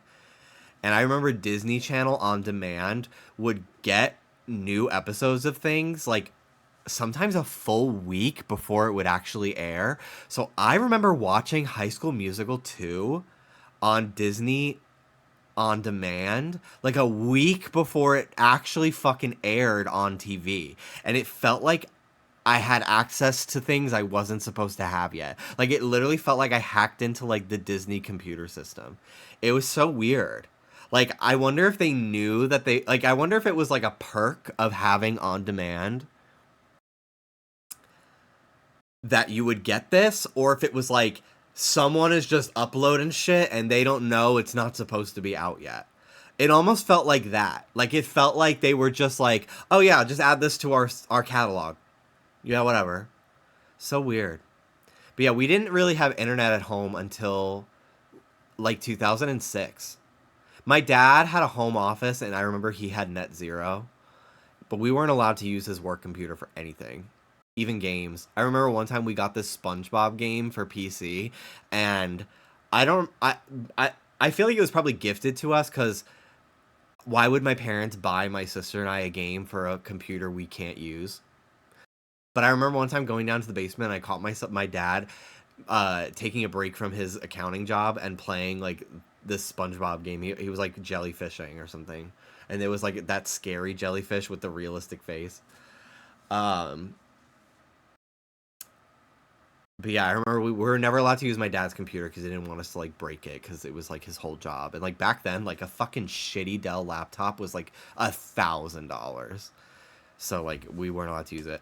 But around, like, 2006, my mom started bringing her work laptop home once in a while.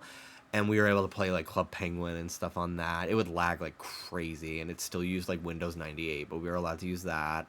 And then I remember in 2007 and 2008, my Aunt Noreen gave us her old, like, work laptop that she bought, and that had Windows XP and Windows Movie Maker. And that was when I was able to move on from uploading videos directly from my digital camera. My parents had a Lumix digital camera that I filmed. I would just like film like on a digital camera like this, and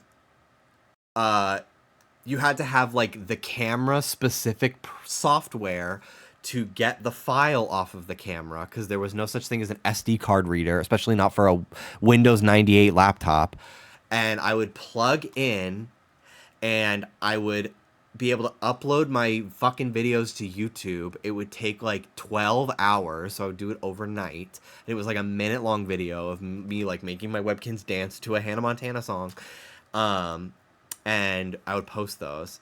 But then that was when I was able to move on from like uploading directly to my camera or using One True Media to make like slideshows of pictures, and I was able to use Windows Movie Maker. And that was when I was able to start making like Sonic stop motion animations and learn how to video edit and stuff. And that was like 2007, 2008, Webkins time. And yeah, that was when I like really started to use the internet because that was when like my sister and I had a computer we could share. So we would watch YouTube all the time, and that was when I became like very online, and like that was when I really started using the internet. But yeah, like I didn't grow up with like Toontowns or like a lot of like early like like I didn't grow up with like oh my god. What was that video sharing site? eBaum's World? I didn't grow up with like that or like early Newgrounds, really. Like I really did not actively start using the internet until like 2006, 2007. And even then I was only really going to like YouTube, mini clip for Club Penguin, Webkins, and like Cerebi. I remember discovering Cerebi like summer 2008, and it blew my mind. That was when I like really learned what shiny Pokemon were. I had found some before that. Like I found a Seedot and I didn't understand why it looked different. I didn't even notice it sparkled. I was just going through my PC of like Pokemon I had caught, and one of them looked different. I was like, that's weird. And I remember I found a blue Electrike in Pokemon Emerald, but I ran out of Pokeballs, and all my Pokemon were level 50, so I couldn't weaken it. I didn't understand what that was. But then that like 2007, 2008, that summer, I remember sitting in like the unair conditioned office of my aunt's apartment on her computer on Cerebi, just like looking at shiny Pokemon sprites from Gen 4 from Diamond and Pearl. And like losing, I had no idea what shinies were. And I was so dedicated to find one. And that was when my friend Dennis called me and said, I found a Geodude and it's yellow. And I devised a plot to steal it from him. And I still have it. Mode of our easy-to-use software. Or call 1-800. I was like, it's a glitch. I'll come over in 5 minutes and you can trade it to my Pokemon Pearl and then I can delete the save data so we can extract it from your system. $21. So evil. I've just finished This was cool too. This person made a website. a major overhaul of my website, and there is so much to explore, starting with this Scholastic Utopian bookshelf. Here you'll find dedicated pages for some of my book collections, starting with Fear Street, Babysitter's Club, and Pony Pals, but you can see here that there is much more to come. I wish Mel was here to see this. They're dead. Things we will never experience again. Like, that's the one that, like, why are you trying to fucking make me cry? It's so forced. Like, this is so much more emotionally impactful by keeping it neutral than, like, being like, you're never gonna experience this again. Like, fuck you. Fuck you. Peachy vibes 420. Go fuck yourself. Okay, you're going way too fucking fast because you're trying to get people to watch it multiple times. Fuck you. Here we go. Three out of 7 videos now have had this aquatic ambience. Bakugan. I don't know. This to me, what year is this? What is this, first of all? What is this? And then I need to figure out what year this came out. Because this is giving... This is like a 2013 toy, and you're calling it 2000s. What is this?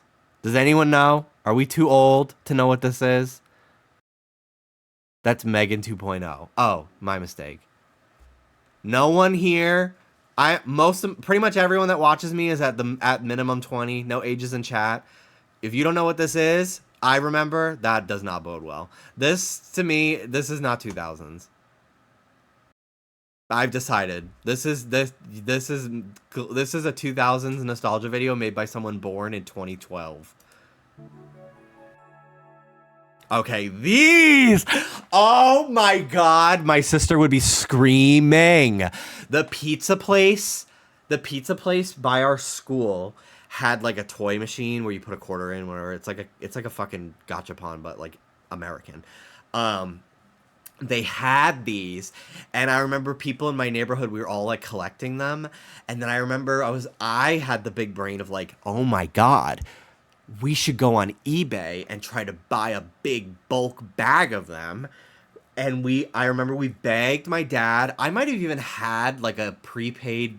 I used to, after like my 10th birthday, a lot of the like things I wanted to buy were like toys, like import toys and shit, like from Japan, and like old Sonic toys from eBay and stuff. So I would ask, instead of like getting money, like a $15 bill from my aunt and uncle, I would ask them to get me like one of those prepaid Visa debit cards, like gift cards, because then I could like buy stuff online with it. Because my parents never wanted to actually put in, mostly my dad, never wanted to put in their actual like credit card info. They were afraid of getting viruses and stuff. So my sister and I went on eBay and we found like a huge bag of these. Fidget Friends debuted in 2011 is what okay, so this person is clearly too young to be making a video like this, because this is not a 2000s toy. 2011. So fuck this loser. This loser is probably still in high school that I'm beefing with. Let's get to 500 followers. Well, bitch, you made it, so congratulations. But anyway, my sister and I bought like a bag of like 200 of these, and we had species of animals that were not in the fucking pizzeria that all my friends had, and we were the dealer. We were giving them out to people. We weren't making money off of it. We were just like, ooh, you want this? I got the hookup. Here you go. Here's your octopus. You know where to find me. Like, we literally felt like the coolest fucking people. I remember I eventually started using them when I would play Sonic, and I would have Sonic, like, destroy a robot. These would be the little animals that he would free from the robots. These were, like, my version of Flickies. Mighty Beans. Oh my gosh. These make me think of Severance now. Ah, okay. This person redeemed themselves. This is a 2000s toy. I only had the McDonald's ones, though. Ah, I forgot to look for my iDog when I went back home to New York a few weeks ago. I'll be home again, I'm sure.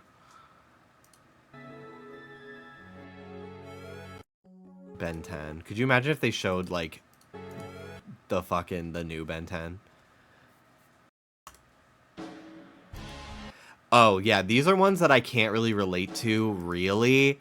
It's older brother core. Which, like, I was the older brother, but, like, I was a little gay faggot. Like, I was not, like, a Mountain Dew drinking older brother. So, like, I'm, like, I can't really relate to this, but also, like, because I didn't have an older brother, I was the older brother, but I wasn't this kind of older brother. So, I don't know. I find these videos very interesting. If only I had, like, an older cousin or something like that I could, like, parlay this into, but not really.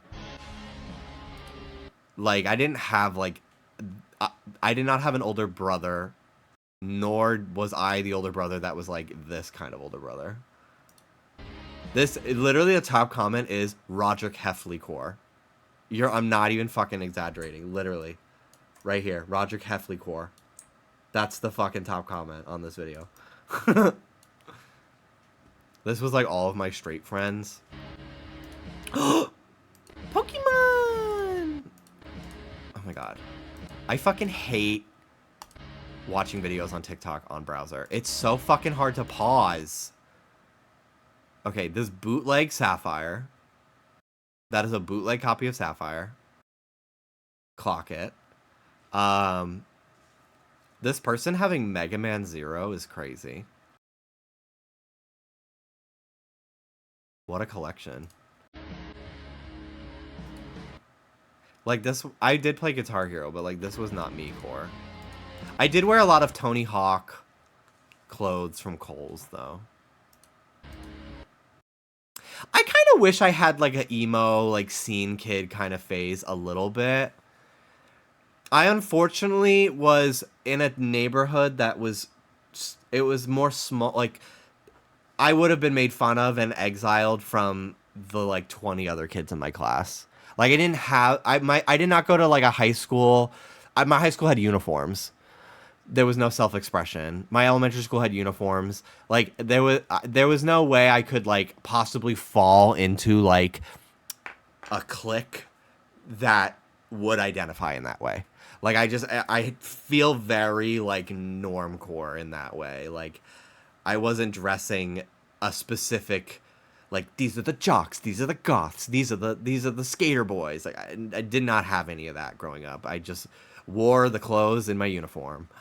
And then on the weekends, I wore hand-me-downs from my mom's friend who had 3 sons who were all, like, 5 years older than me. So all my clothes when I was growing up were, like, baseball, New York Yankees, like, shit like that, even though I hated sports, because it was just, like, we need boy clothes, and you are growing every year, and you need new clothes every year, so we're going to wear a bunch of hand-me-downs of, like, I don't know, a fucking Scooby-Doo t-shirt from 1995. Like, that's what you're gonna wear.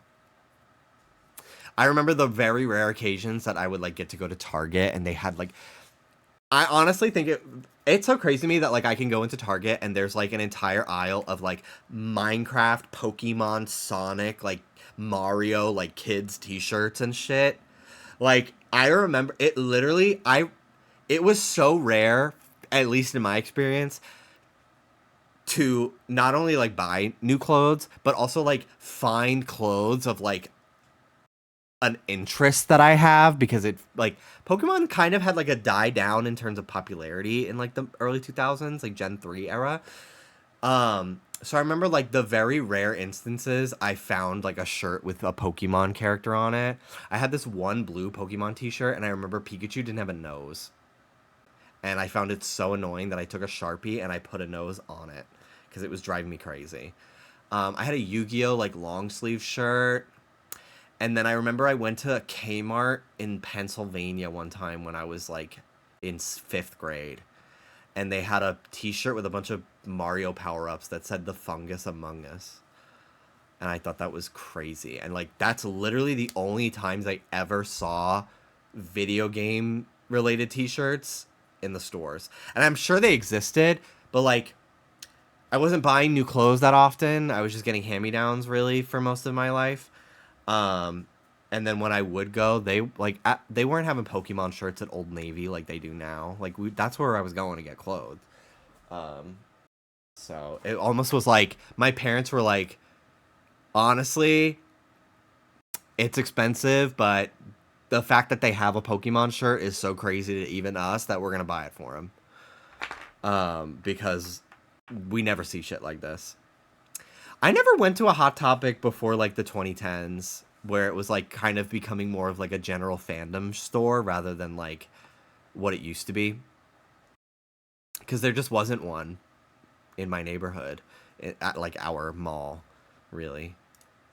Even like indoor malls, like I didn't really start going to indoor malls until like the 2010s when I would visit my Aunt Noreen in Connecticut. Because like if you're from the Bronx or Yonkers, Westchester, like we had like Cross County, which still exists, but it's like an outdoor just like shopping center. And it is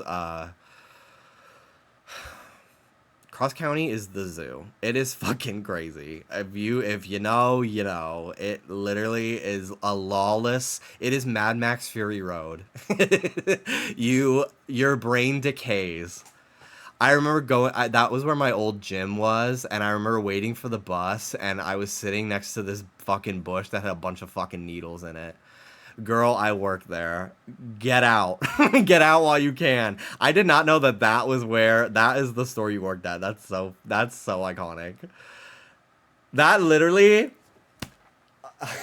I can't express, unless you have been there, like, I really sound like I'm like romanticizing, like, I can't explain the, like, actual pocket dimension of, it is literally Weird Mageddon from Gravity Falls. Going to any fucking store at Cross Counties. It is such a fucking bizarro land of people who can't drive, can't park, have no social skills, have no impulse control or aggression control. It's so crazy. But I love it there. I have so much nostalgia for Cross County. Oh. It's such an insane place. And it's like, I don't understand why. Because it's just a fucking shopping center. But it's like nobody that goes there actually wants to be there. Employees, customers, no one. It's a horrible experience. Is the Target open there finally? Because it was a Sears that was closed down for like the last fucking 15 years. And they've been saying they were going to finally turn into a Target. It's finally a Target. Gag. That's crazy. This makes me want to go to Taco. I have a fucking cheesy gordita crunch in the fridge. I'm going to get it right now. This video just makes me want to go to Taco Bell. I have to go to Arby's soon. I should probably end my stream soon because I have to edit tonight and we're going to Arby's. So I'll go for like 15 more minutes and then I gotta go.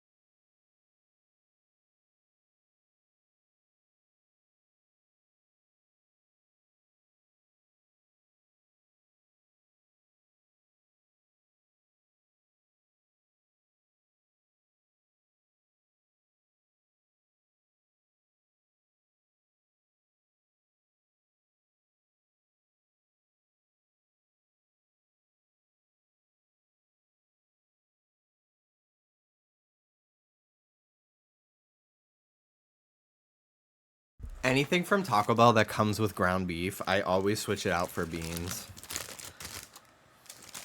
And sometimes chicken, but typically beans. Cheesy Gordita Crunch with beans instead. Oh, bitch. I love being alive.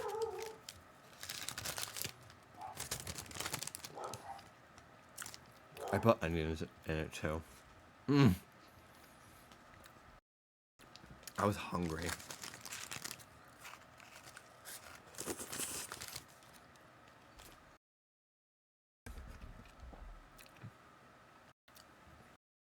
I sliced my finger open during COVID on a can of Taco Bell refried beans that they sell at the grocery store.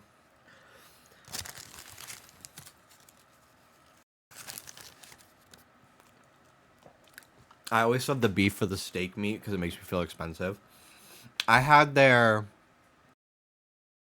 current like cantina thing that's at the top of the menu. The cantina. I had the cantina slow roasted chicken chalupa last night. It comes with 2. There's like a cravings box that comes with the 2 chalupas. You can get a burrito or taco and a drink and then a side of chips and guac. It's like $10, maybe less than that. I think it's called like Curiosity Combo or something because it's like encouraged to like try the new product. Those chalupas they did not taste like fast food. They were like they were good. They like felt like they felt like quality food. Like I felt like I was putting good food into my body. It doesn't like when I eat a cheese gordita crunch, I don't necessarily feel like I'm getting nutrients from this, even if it is like lettuce, onion, and beans, you know. But the current like the Cantina chalupas, I really like them. They're gonna probably be like my new go-to until they're off the menu. They're bringing back the Doritos, the Doritos Locos Taco Cool Ranch. The nacho cheese one is just always there, but they're bringing back the Cool Ranch one because they're doing. My mouth is watering just saying that. They're bringing back they're doing the decades menu again, and they're doing 2000s this year, sometime in the fall, and they're bringing back a bunch of 2000s menu items, and that's one of them. There's some like burrito. There's like a 7-layer burrito that I really want. You could already make it with just adding toppings, but I like everything I want in it just being a one-click, so I'm excited for that.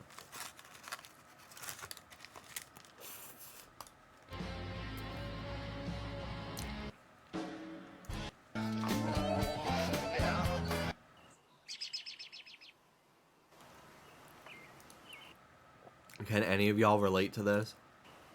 I had a younger sister, and we shared a lot of toys, so I wonder if I'll recognize any of this. Do you guys... I don't remember this. We never really had, like, themed toothpaste, really. We always just used whatever my parents had. I have a weird nostalgia for Bobby Jack, just because my sister had a couple, like, Bobby Jack PJs and stuff. That little monkey with the bubble gum. This fucking TV, I saw this on Facebook Marketplace when I lived in Florida, and if I had a disposable, like, $200, I would have fucking bought it. But I did not at the time.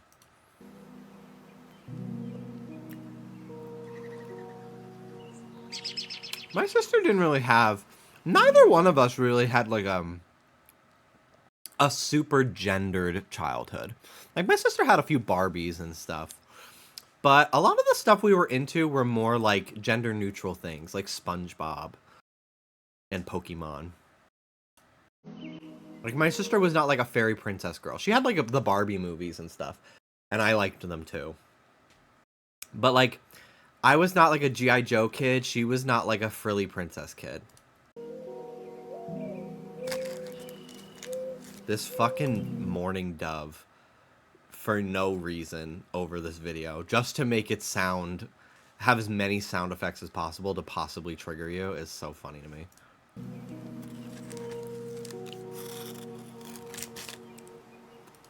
Did I put any of these in my mouth? There was one Polly Pocket dress that I saw on TikTok the other day, and I'm like, literally, I have put that in my mouth. None of these. My sister didn't grow up with any Bratz dolls.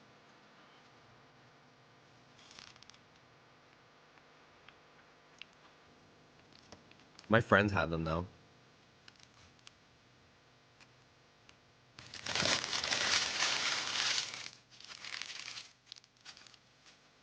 Bitch, I remember when Dora first premiered.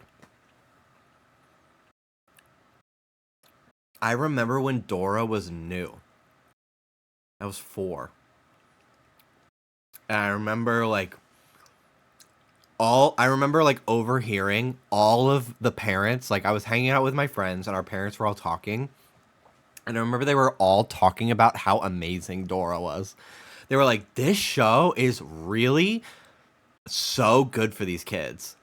Like it's so, cause like, I don't know. I feel like I do love Teletubbies, but like Teletubbies isn't educational. It's kind of like all like the PBS like early childhood education shows or like preschool programming.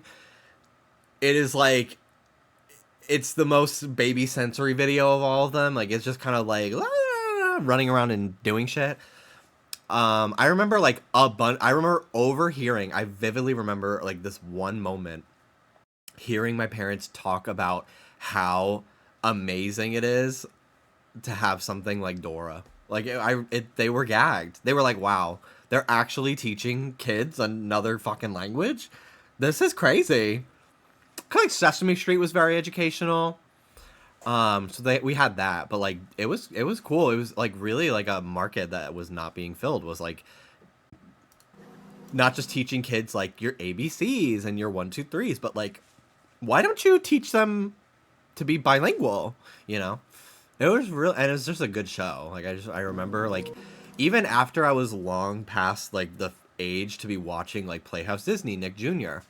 My sister and I, in summer, when we had nothing to do all day and we were up early and the only stuff that was airing on TV was the preschool shows, we'd fucking watch them. I remember being so annoyed when Cartoon Network started trying to do preschool programming because I was like, bitch, this was our option if we didn't want to watch JoJo's Circus. Like, we could guarantee Ed, Edd, and Eddy would be on. Tom and Jerry would be on. And now you're putting on Gerald McFucking Boing Boing, which sucked. Sorry, it was bad. Baby Looney Tunes fucked, dude. I love Baby Looney Tunes. It was such a good show. Snacks. Oh my god. I was gagged. I went to my family's barbecue and all of my little cousins like are at the oldest 7th grade. Like they're all little kids. They're all between like most of them are between the ages of like 6 and 10 right now. And they were all eating those ice pops in the plastic that like slice the sides of your mouth. I was like, it's good to know that some things are a multi-generational memory for kids. Like I did not know that. I think they're called Otter Pops maybe. It's amazing that those like still exist, especially in the age of like everything's in plastic, microplastics, all we're doing is consuming plastic. Like I'm surprised that those still exist and I kind of love that they do.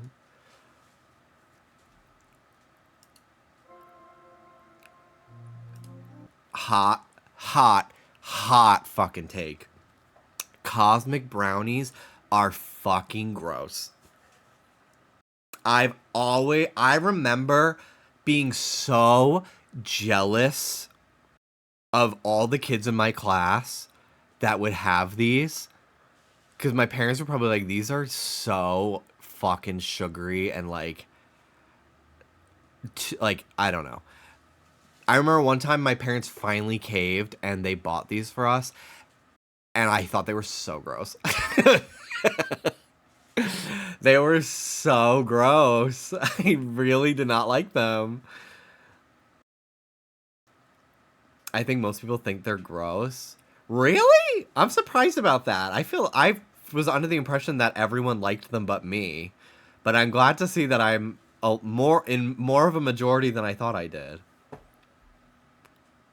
It does feel like something you shouldn't be eating. Like, it does kind of feel like you bit into, like, plaster. A little bit. Like, I do want to take a bite into this, because I don't know anything that should be this fucking matte finished that is food, but they're too close to fudge texture. See, I love fudge texture. I love a fudge in something all the time. But this just the flavor. It really tastes like chemicals. Oh my god! These were fucking good! I didn't really have Dunkaroos, but I had these all the time. Oh,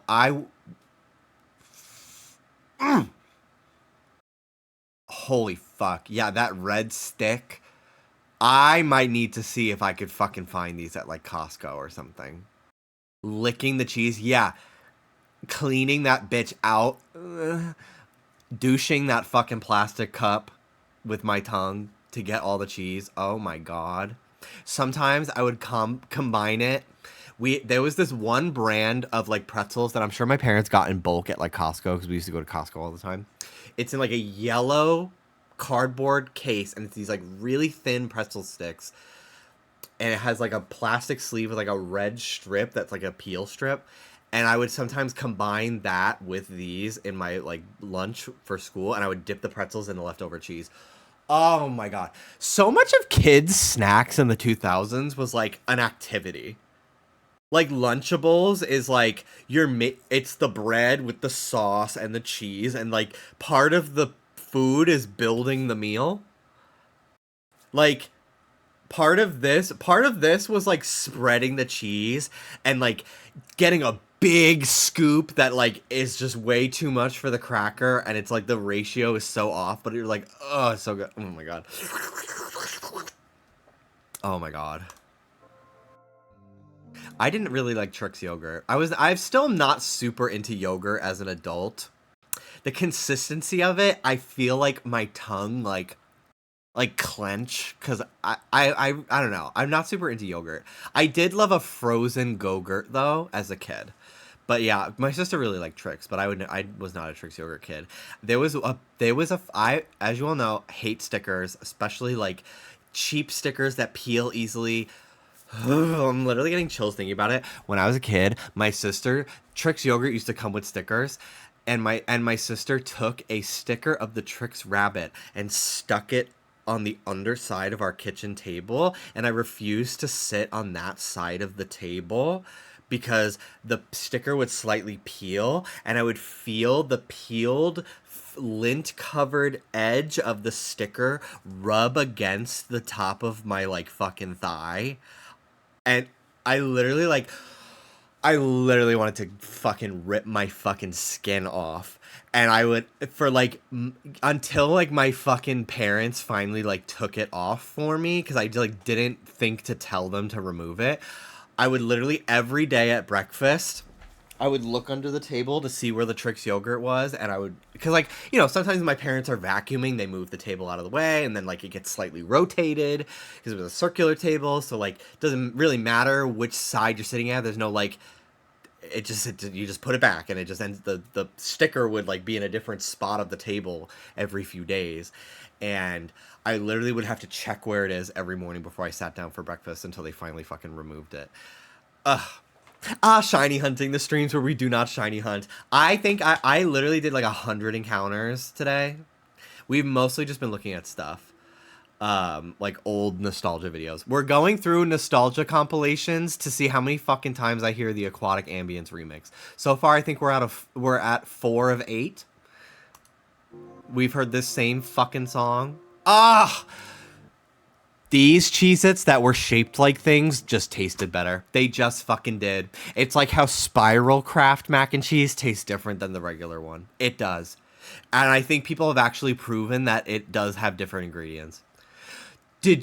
Teddy Grahams were so fucking good. I liked the honey ones the best.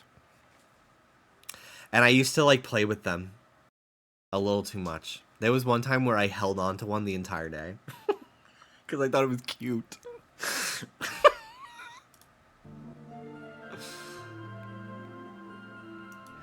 Oh my gosh. It's crazy that like Tweety is still like and Bubbles are still characters you can like regularly find on ice cream trucks. Isn't that nuts? I never had the Sonic one as a kid until like the 2010s. And it was like it was kind of crazy to me that this even existed because I would have lost my mind as a kid if I got to have Sonic the fucking Hedgehog as an ice pop. This I remember, oh my god. I honestly kind of got de-influenced from these very young. In 5th grade, I remember going to baseball and some kid dropped their SpongeBob ice cream on the stairs. It was like middle of May, hot, humid. This kid dropped their SpongeBob ice pop on the stairs to the baseball field, and everyone just kept walking past it because nobody wanted to clean it up. And like 2 days go by and we have another baseball game at that same field, and these 2 kids on my team, their mom was like, you guys really shouldn't be eating that ice cream because that SpongeBob, I saw that 2 days ago and it's still there, barely melted on the stairs. And then it just became like, how long will this last? I think that SpongeBob ice pop sat there like half melted in that like almost like frothy, soft, but still keeping its shape phase for I think a good 2 weeks till it fucking rained. And I was like, oh, I feel like a little bit less enticed to buy these anymore. It literally was the cheese touch, exactly. That's why the Tweety is still in stock. It's the same stock from the 80s. What is this? Is this like a shitty school? What is this? What is this? Again, I didn't have school lunch. So I can't really relate to like I literally school cartoons really had me thinking I was going to get served mystery meat at school when I fully brought like a bologna sandwich every day for like my entire childhood. Ambiguous grain rod, literally. Ambiguous dough. What is this? Is a mozzarella stick? That's crazy. That these the day that not that it ever stopped me before, but the day that they made these safe to eat raw and like put it on the packaging, I should go to the store soon and get the Halloween ones because you know that they already started selling them like 2 weeks ago. They're starting to get like merchandise, so I know everyone liked these. Oh, absolutely. But they're still so special. They're still so wonderful.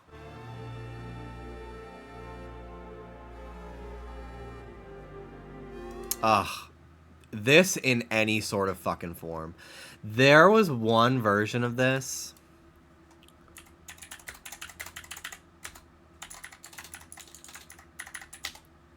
that had this one. It's red, orange, and green. This specific fucking packaging and like this color combo and flavor combo. Oh my god. Like I would kill to be able to fucking eat one of these right now. It's lemon, lime, raspberry, and orange all in one. My mouth is fucking watering. Oh my god.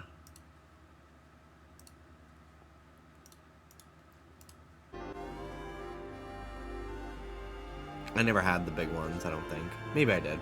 I remember I only had high C once as a kid, and it made me have diarrhea so bad. I've not consumed one of these since I was literally 5. I refuse to. They still have it at McDonald's and shit. I will never get it. I love, when I get McDonald's breakfast, I always get a fucking orange juice, because I'm like, oh, healthy. But then I also add like a fucking medium Sprite to my order because there's no way I'm not gonna get something carbonated from McDonald's. Are you fucking kidding me? That is the place to go for carbonated drinks. Like, they do it so good. The idea of having nostalgia for Cheerios haphazardly thrown in a Ziploc bag is so fucking funny because, like, yeah. Like, nostalgia, and it's just like storing food in a way that I feel like this is fine, but like putting it in those like Tupperware, I think you're like not supposed to take it out of its actual container or something. Ugh, love a fruit by the foot. Go Gert. Again, not a big Dan, not a fruit, not. Oh, these are the fucking jugs. These are the jugs. Hello. Yeah, I'm ready to go in a minute. I should text Hannah and David to come down. Are they both coming? I think Hannah said to let her know what time. We're going to Arby's, y'all. We're getting the Trisha Paytas milkshake. Wait, are you live still? Yeah. Oh, I didn't know you were still live. Yeah, I was just waiting until you were done on Discord. Damn. Good thing I didn't say anything crazy. I thought you were done when you came in. No. I'm gonna put my socks on. How embarrassing. Mel, you need to look at all the TikToks I've sent you. Re-download and TikTok. I'm not going, thanks though. Oh, okay. Yeah, so I said this earlier, but yeah, the only time my school really ever served lunch until we were in 8th grade was pizza day, which happened like twice a month. So like on Tuesday, you would bring in an envelope filled with $2.50, or if you just wanted the pizza, it was like $2. Did you fart? And then if you wanted the drink with it, it was 50 cents.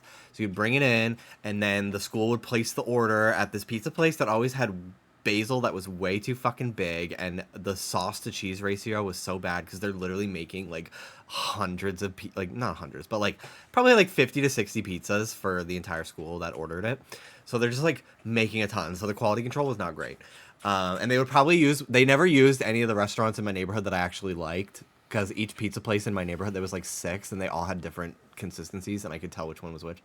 They always used this one that we never fucking went to because it was down a hill that we didn't want to walk to. Anyway, moral of the point is, if you paid the extra 50 cents, you would get a drink with it, and then on Thursday before your lunch period, the teacher would have this like Ziploc bag full of poker chips, and you would get either one poker chip for your pizza that was like brown and like worn down from like decades of use, and then another one for your drink, and then you would give it to the teacher that's running the lunch period that day, and you would get your pizza and your drink. And these were the drinks, and they literally just like taste like water. You can like, they have like barely any flavor. They're kind of just water with like a little bit of sugar and food coloring. But the nostalgia, dude. Ugh, I want to drink that blue one so fucking bad. Did not pair well with the pizza. If I'm having a slice of pizza, there is no way in hell I'm not having at least one can of Coca-Cola with it. Like, I just can't. I can't, like, water with, like, no. So, like, I would always get a little annoyed. Because, like, Friday, when my family would get pizza, was, like, the one time of the week as a kid I was allowed to have soda. After my mom died, I got away with so much more shit. Because my dad kind of just... My dad was a better friend than parent sometimes. Like, he kind of just, like... We just kind of we just ate so much junk, so much more junk. He was a single dad. So, I mean... He had an ex-wife, but she's a fucking see you next Tuesday, fucking evil demon fucking spawn that hated us. So he was basically still a single dad. So, you know, he has a 9 to 5, and then he has to cook for fucking 3 people. Like, no, I barely do that for me in Dallas, and I work from home. Like, so, yeah, I remember, like, once my mom passed away, I started showing my face on YouTube, which was something she wouldn't let me do. Which she was definitely onto something with that for an internet safety and self-esteem sort of thing, because she knew people would be mean to me. But you know, I wouldn't be here where I am now if I didn't do it. But I started drinking soda not just on Fridays. I got to have it whenever I wanted, and I also started swearing around the house because nobody would wash my mouth out with soap anymore. Plus, Unless I was like in middle school, like my dad would hear me say fuck and he wouldn't get mad. I don't know. It was a little different, but yeah, these drinks were the drinks I was talking about 4 hours ago. A lot longer stream than I expected to have today, but I'm happy I streamed. I originally wasn't going to because I do have to edit today. But I will be back tomorrow. I'm trying to get back into the groove and stream at least twice a week. So I'll be here tomorrow and hopefully Saturday as well.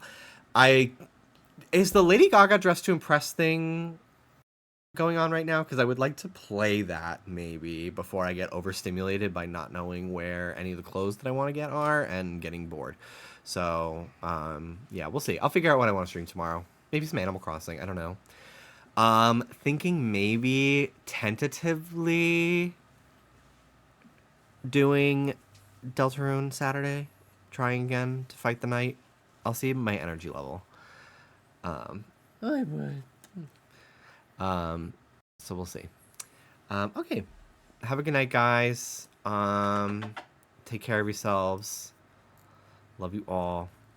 See you tomorrow. Okay, goodbye.